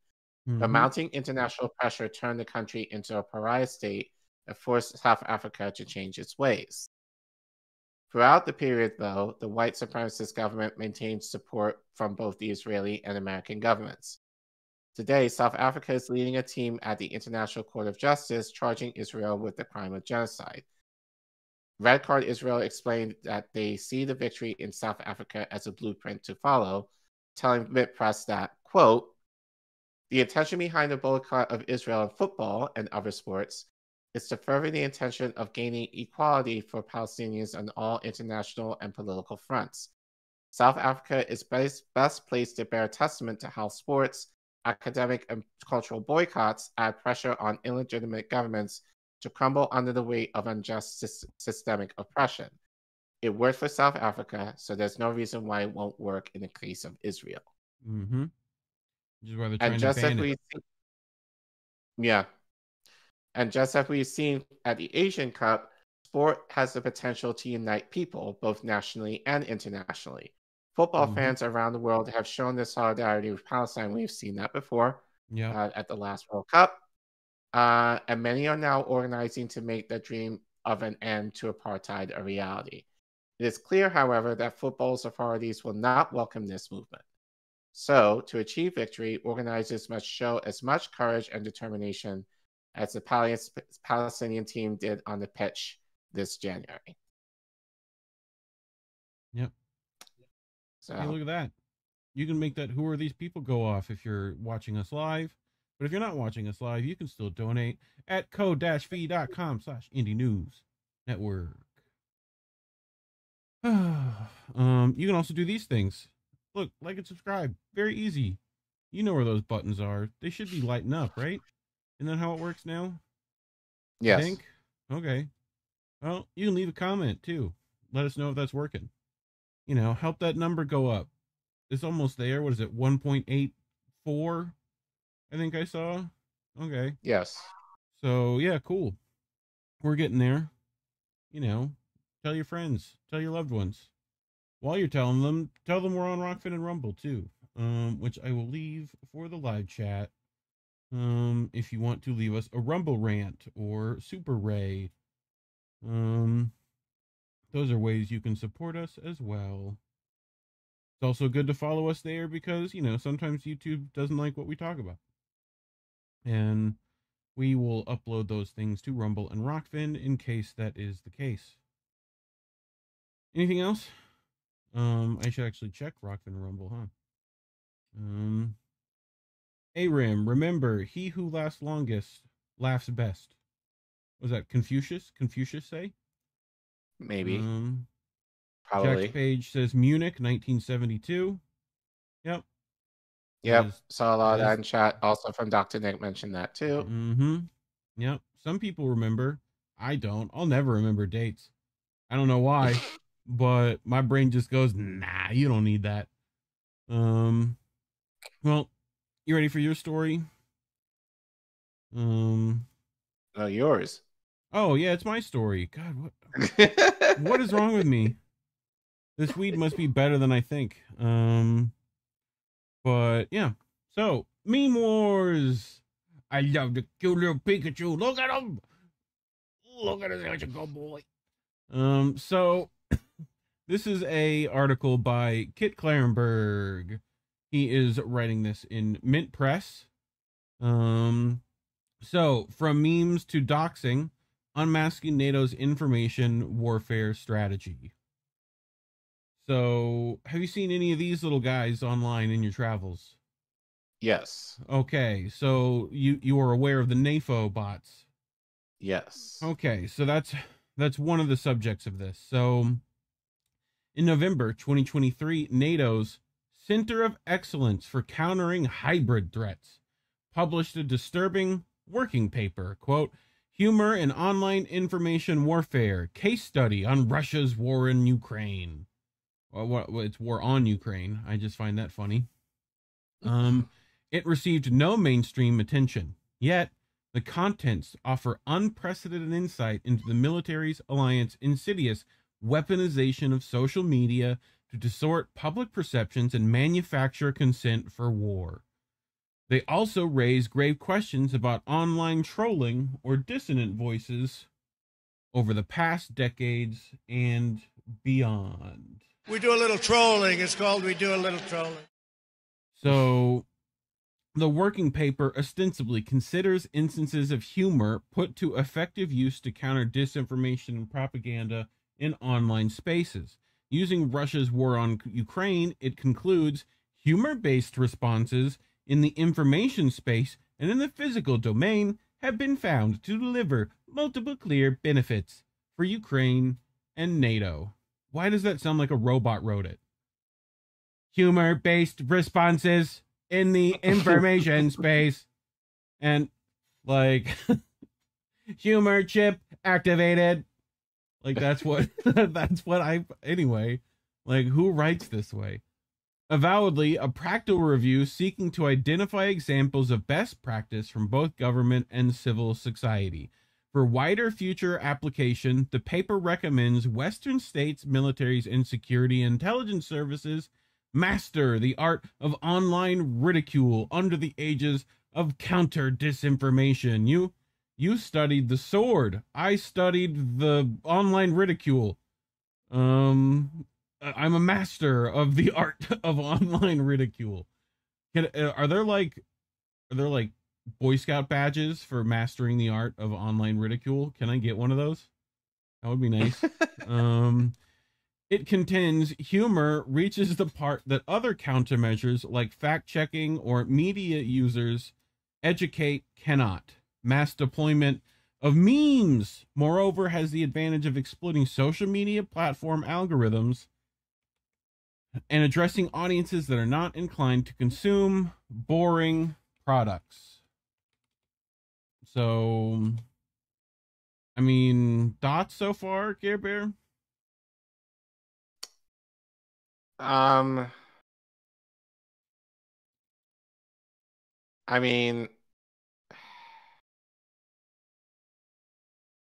I don't know honestly what to think of this. Well,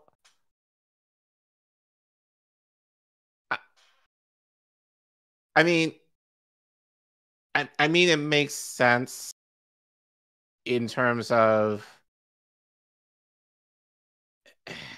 no, actually, I don't get this at all because I just no. I had to think about this, but it just seems so stupid to me. Like it just seems very random and just seems very like almost clickbaity in a way to me. And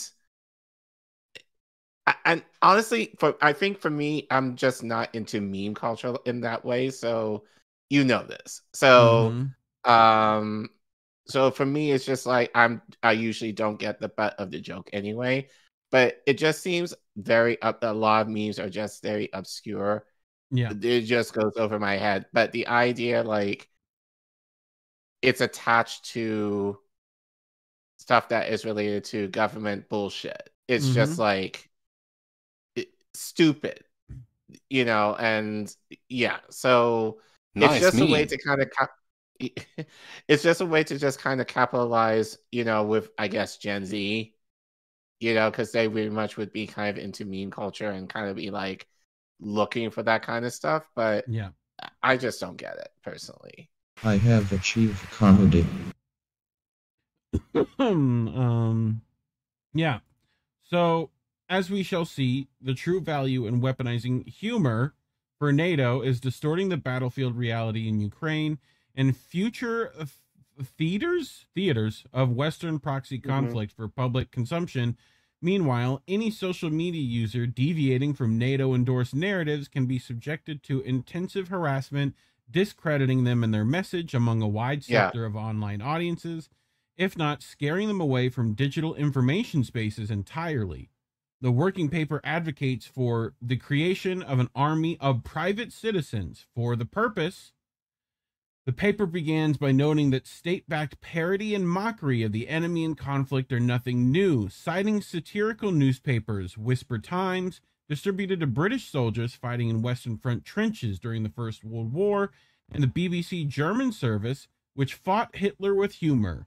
Today, though, social media has democratized access and audience, therefore opening the playing field to self-motivated private individuals while facilitating their joining forces in informal collectives for greater effect. Multiple footnotes indicate weaponizing mockery is a long-standing NATO objective. A report published by the Military Alliance in 2017 titled Stratcom Laughs in Search of an Analytical Framework is cited while an academic study, Building a Meme War Machine, a comparative analysis of mimic insurgencies in cyberspace. Okay? Which is just, okay, is said to be forthcoming. The former caused a mainstream stir upon release. It was in turn inspired by a NATO-sponsored paper authored 2 years earlier by Jeff Gaza, tech guru, and Peter Thiel, associate, which declared trolling is the social media of equivalent of guerrilla warfare. And memes are its currency of propaganda. Daesh is conducting mimetic warfare. The Kremlin is doing it. It's expensive. The capabilities exist. Why aren't we trying it? Why aren't we trying it, Care Bear? You know? We do a little trolling. It's called We Do a Little Trolling. Stratcom Laughs was highly influential. In May 2021, the Ukrainian government Center for Strategic Communication and Information Security wholeheartedly endorsed its findings while listing the benefits of propagandistic humor. These included making perception less critical, using common context to convey messages which the audience agrees, simplifying everything to the obvious, creating clear groups, strong and intelligent, we, and clumsy and stupid, they. Of course, the audience associates itself with the former and begins to despise the latter. So, another video by Hotspot. Simplifying managed understanding is easily disseminated by the audience and creates the necessary social context for propagandists. Would you like to see what that actually means in practice? Sure. So, also, Newland dropped down, right?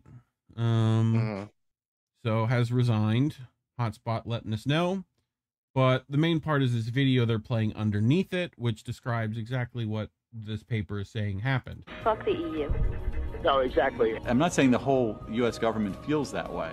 The There is division on this, but the neoconservative element wants very much to change the strategic dynamic in Eastern Europe. The neoconservatives can now demonize a leader of a country. That sells with the American people. So you don't just sort of argue a policy, you attack the leader. So the neoconservatives became very skilled at picking out leaders, finding their ugly traits, and then highlighting them. You got a black hat versus white hat. And you keep repeating that basic scenario. And it works with the American people. We've got to realize what Vladimir Putin is. He's an old KGB colonel that wants to restore the Russian Empire. You make them into demons, and the American people find that the way they can understand the world. Once that happens, it's very difficult for a journalist or anyone else to say, you know, hold it, that guy, he's got more of a gray hat than a white hat or a black hat. And if you say that, you suddenly you're a Yanukovych apologist or you're a Putin apologist, and then the attacks come on to the person saying it, the journalist, the academic, or whoever. I mean, anything to add on that? Yeah, I remember like this happened to Brianna Joy Gray a few months ago. Like she mentioned some stuff regarding Ukraine, like the blonde, like something she said, but basically like blonde eye fluid children there, and like how I think it was the idea of that they are somewhat treated better than like black children here or anywhere in the world, and the NATO bots went after her, you know, for that, and even just essentially, I'm not going to repeat the word here, but you know, but basically making a meme out of her using a slur, a racial slur, like, and even just this week, and I think, you know, just especially on Twitter, just being careful, you know, and I think it's a lot of these mainstream, like profiles that if you respond to it, depending on who it is, often, and I found out the hard way a little bit this week, you know, when I responded to something on Twitter, like I kind of landed in a bot form, and, you know, I just got not harassed, but like I got tweet after tweet. It was going student loan debt. Like there were so many bots that were basically telling me, you know, like, oh, Trump is trying his best to cancel all student debt and like all this bullshit, and it was just kind of like, you know, you people are not real, so I'm not even going to respond to any of you really. Is not real, but exactly, because that's where these bots are also at. Right, but yeah, but it's like the idea that, you know, it's often mainstream often the mainstream that will use the stuff to bully and to, you know, psychologically destroy you in terms of what you say online. And especially if you go against the narrative of, you know, what the empire wants you to say or think. Yeah. So it just kind of sucks that you can't even speak your mind online without the problem of, you know, essentially being harassed or being made into a meme that often criticizes your character, or worse yet, depending, criticizes your identity. Yeah. Why you bully me? Yeah, why you bully Care Bear? Don't bully Care Bear. They're not nice. So the cover page of the European Center of Excellence for Countering Hybrid Threats case study, authored by Keir Giles. I just want you to remember that name because it's going to come up again. So look at this. Look, Russia, not Russia, Russia, not Russia, Russia, not Russia, Russia, Russia, Russia, Russia. But yeah, that's just trying to make a point with that humor again. That's their cover page on their TPS report.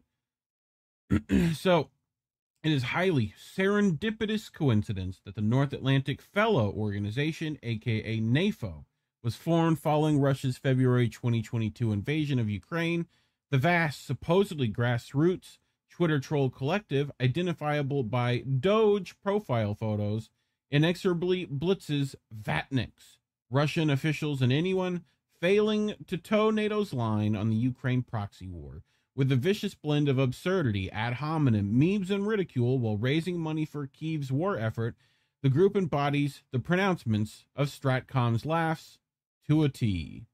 NATO features prominently in the working paper, with some activists quoted at length. It notes the collective grew from a fundraising initiative for the Georgian Legion, a brutal paramilitary faction active in the proxy war. Unmentioned is that independent financing efforts are necessary because former Western government backing for the group is politically and legally unfeasible.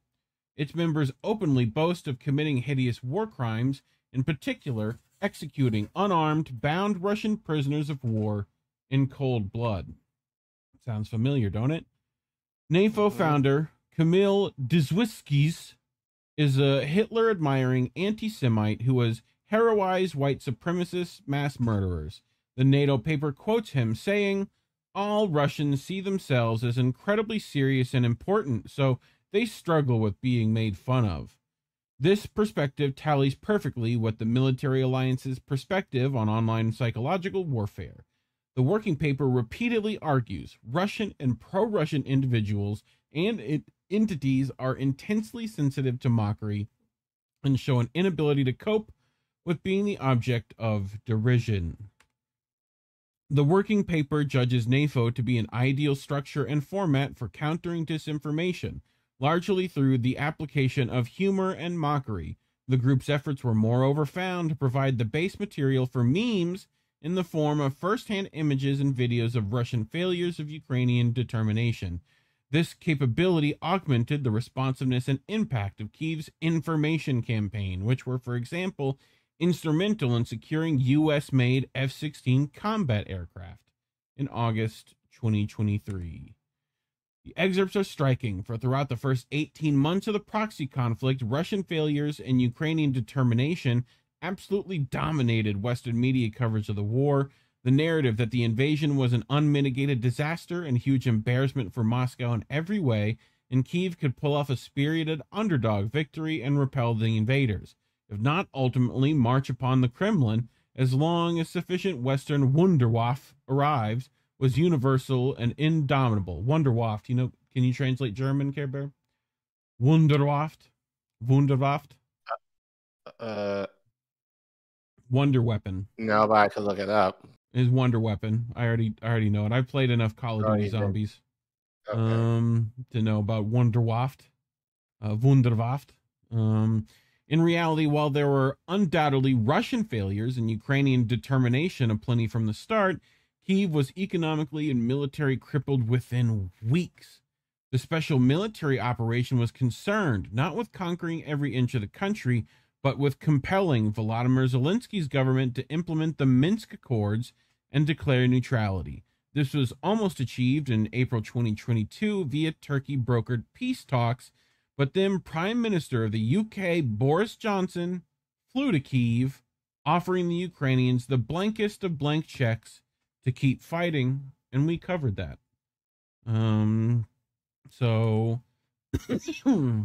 The scale of Ukraine's losses, the dire situation for the country from day one of Russia's invasion, and British-American intelligence conveniences that produced the conflict concealed from Western audiences by their governments and media meant siding with and arming Kyiv appeared to be the objectively sensible, reasonable, moral position. After all, they were fighting an enemy that embodied absolute evil and incompetence. Hopefully, NATO was always on hand to relentlessly remind the public of both qualities, particularly the latter. Stratcom laughs has triumphed. Public perceptions were rendered less critical. Serious, complex questions were simplified to the obvious. Clear groups were created. We read that, didn't we? I thought. Were created strong and intelligent, we and clumsy, stupid, and they. And Western audiences, of course, associated themselves with the former, right? Fast forward to today, and mainstream polls indicate that just 1 in 10 Europeans believe Ukraine can win, with most believing a compromise settlement is the only way to end the conflict. In June 2023, Ukraine launched a counteroffensive originally intended to start months earlier. it was much delayed due to adverse weather conditions and late weapon deliveries. Officials in Kyiv, many Western journalists and pundits, and NATO all heavily hyped the effort in advance. The group published many memes. Some promoted a beach party for fellas in Crimea that summer, and others depicted orcs fleeing from the swarms of leopards. Those leopards. You know, so leopard tanks, where are those from? You know? So, I mean, they're NATO armament. I think they're British leopard tanks. Maybe. Wrong. The latter played on a trope that Ukrainian political and military chiefs in the Western media were extremely keen to perpetuate, that Moscow soldiers terrified of German Leopard 2 tanks. So, sorry, that's me. You're okay. I thought my soundboard suddenly was playing something. Would abandon their position as the armored vehicles advanced. Instead, they were easily blown to smithereens by extensive minefields created by Russian forces while they waited for the counteroffensive to commence and low-cost Lancet drones. Within just a month, Ukraine had lost 20% of the vehicles and armor supplied by the West with nothing to show for it. This remained the case when the counteroffensive fizzled out at the end of 23, with just 0.25% of the territory occupied by Russia in the initial phase of the invasion regained. Meanwhile, casualties may have exceeded 100,000. This can only be considered an absolute horrendous catastrophe from every angle. The Washington Post published an extensive post-mortem on the counteroffensive in December of that year. It is clear that among other failures, a fatal error in planning for the effort, overseen by the Pentagon, was the assumption that the Russians would flee in many areas. No alternative scenarios were considered. The Wall Street Journal has also highlighted other egregious strategic shortcomings which made the counteroffensive calamity inevitable. It writes, Western military officials knew Kyiv didn't have all the training or weapons, from shells to warplanes, that it needed to dislodge Russian forces, but they hoped Ukrainian courage and resourcefulness would carry the day. It seems Ukrainians were dispatched on a suicide mission because Western military apparatchiks brought into the simplistic, misleading propaganda narrative of Russian failures versus Ukrainian determination. Courage and resourcefulness are admirable qualities that Ukrainians have consistently exhibited since February 2022, but they are no match, let alone substitute, for landmines, tanks, fighter jets, artillery shells, and other weapons of war. That confirming the self-evident fact came at the cost of so many lives is a criminal tragedy. Throughout the working paper, axiomatic reference is made to how weaponizing humor imposes costs on adversaries and aggressors. Contradictorily, though, it is conceded that the direct impact on Russia itself is hard to measure. Indeed, it seems implausible that Kremlin officials and Russian soldiers on the front line suffer any cost whatsoever from the mockery of anonymous Western social media users, or anonymous, depending on where you're from. This begs the obvious question of why the approach is considered effective and who the true adversaries in NATO's comedic crosshairs are. A clue is offered by a passage celebrating how the overall effect of the community built around humor has been to turn the tables on social media platforms. As a result, the agents of influence and other servants of authoritarian regimes who for so long held the advantage are turned into the targets rather than the deliverers of mockery and abuse. The article again quotes, this causes both Russian officials and their extended network of influencers, enablers, and trolls to realize that if they choose to serve a criminal regime, they expose themselves to mass ridicule and mockery. That sounds like projection to me. For influencers, enablers, and trolls, read anti-war, anti-NATO, anti-empire, journalists, researchers, activists, and private citizens who dare express the wrong opinions or expose inconvenient truths online that challenge NATO-endorsed narratives. This is certainly the case in my regard. Kit Clarenbergs. The working paper cites me curtly responding to cruel abuse from a detractor on Twitter as an example of how those who oppose Russia, China, or other hostile regimes publicly face consequences by the hostile regime itself or by its agents and sympathizers. Elsewhere, the paper endorses harassment, stalking, doxing, and creating parody accounts of such influencers, enablers, and trolls, while also warning that these are potential hazards faced by individuals taking on authoritarian propaganda structures. A NATO activist is quoting as saying, "I've seen people get doxed and harassed, and it doesn't look fun. I want my family to be safe." The sentiment is no doubt shared by NATO's many targets, but as they serve a criminal regime, they're fair game from NATO's perspective. British Ministry of Defense apparatchik Keir Giles authored the working paper. It reveals he briefly tried to earn a living as a stand-up comedian, so knows what it feels like when a joke falls flat. An apology he recently authored for Baltic state Nazi collaborators implicated in the Holocaust, in which he claimed they are misunderstood, was certainly not received with much humor. He has promoted the output of a dedicated parody account of none other than Kit Clarenberg for some time, aka Tit Clarenberg, right? Which, you know, you can see what it says up there. Ironically enough, I found the account's posts amusing if they were actually funny. Instead, it has mocked the victims of sexual abuse and also dabbled in anti-Semitism. In late January, the parody account published a post mocking me for being tormented as a child over my name. Little did I know these lame attempts at ridicule were a dedicated NATO psychological warfare operation. And we've seen this to multiple of our, you know, brothers and sisters. And sometimes the parody isn't even part of it. They just try to incriminate you, you know, and like copycat you, you know? So impersonation, like that kind of stuff. So, which in a way is best case scenario. Yeah. Yeah. So, the latter post gained a little traction in response, right? You know, the best thing about calling Kid is everything it rhymes with, right? This is what he's referring to. The later post gained little traction in response. Many Twitter users expressed shock and revulsion of such playground bullying behavior. This highlights another shortcoming in NATO's approach. The group's visceral, unabashed, genocidal hatred of Russian and all Russians is so extreme that they frequently repulse audiences, to the extent of making them ask if they're supporting the wrong side by backing Ukraine. Moreover, as Alexei Navalny ally Leonid Volkov has observed, this output actively assists the Kremlin's propaganda strategies. Left-wing alternative comedy legend Stuart Lee has written about the paucity of right-wing stand-up comedians. He attributes this deficit to right-wing politics being overwhelmingly concerned with punching downward, which is simply unfunny bullying, which performative comedy is a heroic little struggle which should always be punching upward. Who could be on a stage crowing about their victory and ridiculing those less fortunate than them without any sense of irony, shame, or self-knowledge? That's not a stand-up comedian. That's just a cunt.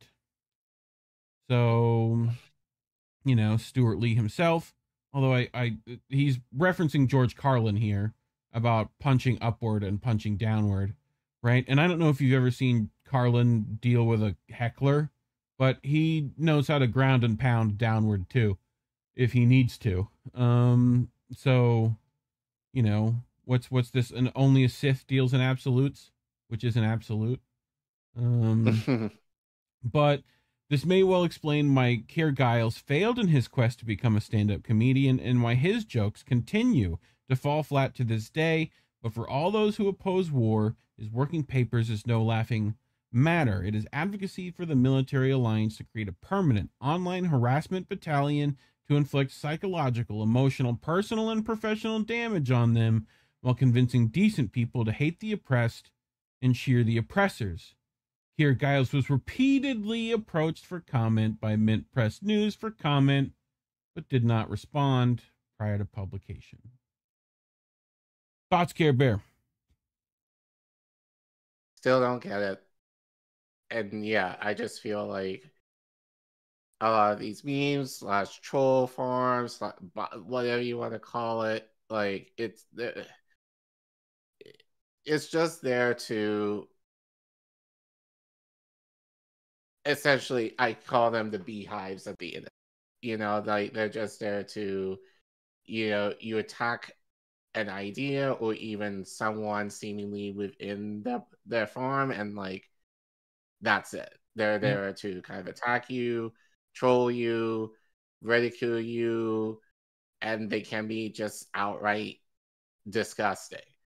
But the idea, like, it gains attention and if people profit from this is disgusting to me. Yeah. And yeah, I think that's the part that I don't get, is the idea that someone is making bank of people suffering and in this way. And yeah, granted, it's online, and Well, it's not like, if it helps to make more sense, you know, you've seen like legacy media having to switch, right? You know, they've lost, people have stopped watching them, right? So they've had to move to the places where the people are, which is places like Facebook, Twitter, YouTube, right? Those kind of places, to keep control over that, right? Because, you know, it allows people to skirt their narrative management, right? So this is just an extension of that control, right? You know, this is things like what the NED is doing with governments, and, you know, the CIA is more than willing to do. This is classic, you know, PSYOP behavior. So, you know, it's no question that this is happening in Ukraine, in Israel, in all of these conflicts. Like, information war is now a thing. So, you know, and we tend to be losing it. So yeah, I don't know. I think the most despicable stuff is the impersonation. I mean, that could ruin professional relationships and relationships in general very easily if people are caught unawares. You know, if you get an email from Twitter from any of us that's unsuspect, you know, it might not be us. So, but anyway, anything you have left to say? Close this out. They suck. Yes, they do. Speaking of suck, YouTube censors us still. So we have to find other ways to monetize. So if you appreciate our work and want to donate to us, you know, maybe you want Jesse to get a new laptop so he can do stuff, or, you know, in case my computer goes down, and that's going to be a thing I don't want to think about. Because that's going to cost monies. But yeah, you know, scan this QR code or go to ko-fi.com/indie-news-network. Or if you're in the live chat with us now, you can put !donate and it'll give you a link. You know, fun stuff comes up on screen. You know, it's nice. As we saw. But, you know, otherwise, dude, don't forget to like and subscribe. Don't forget. I know you're forgetful. Just do it now. It's very easy. You know, leave a comment. Let us know what number you got when you hit the subscribe button. You know? But yeah, that's it, Care Bear. So yeah. Kept it short. Under 2 hours. Yep. Today. You know. Well, last week was long.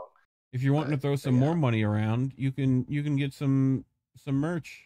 We got some pertinent merch. You can get this Eat This Watermelon hoodie.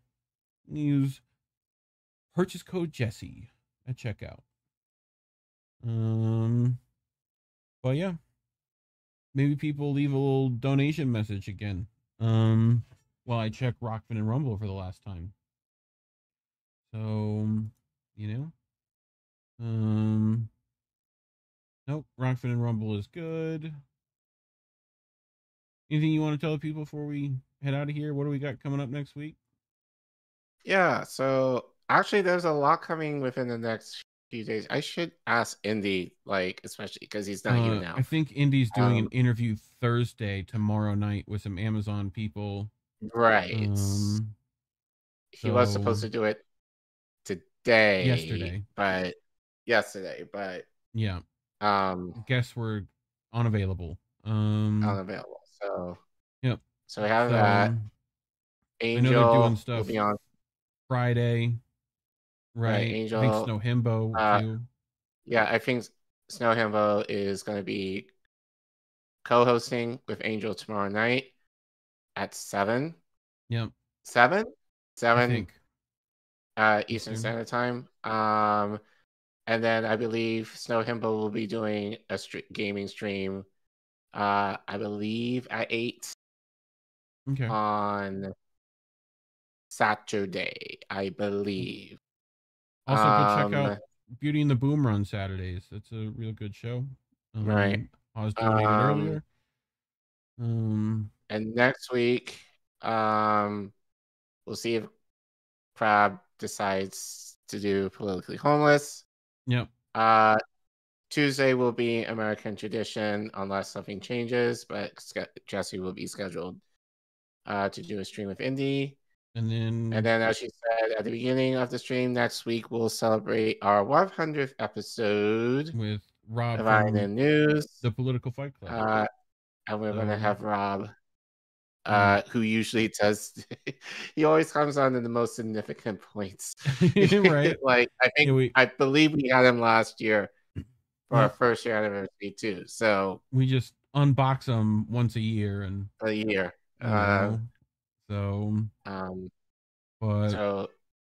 So come celebrate with us with our 100th episode next week. So looking forward to that and hanging out with Rob, because we don't talk to him often, and he's great and awesome, and you should subscribe to his Rumble and hear do his thing there. So but yeah, and as far as I know, I think that's it as far as I know, and if we're wrong on stuff, which we probably are, you can always check us out on Twitter at GetIndieNews. Yep. And you'll get the latest information of who's streaming when, and then things that might be popping off that even we may not necessarily know. So check us out on Twitter and do all the things there on social media. Links are in the description as always. IndieNews.network, very easy. You should have all our links there. And both of our handles are right underneath us, and in the description below as well. So I think that's it. As always, kids, labels are bad. Stay independent. Good night, fam. Have a good night. Have a good week. We want to talk right down to earth in a language that everybody here can easily understand. Bye, have a great time.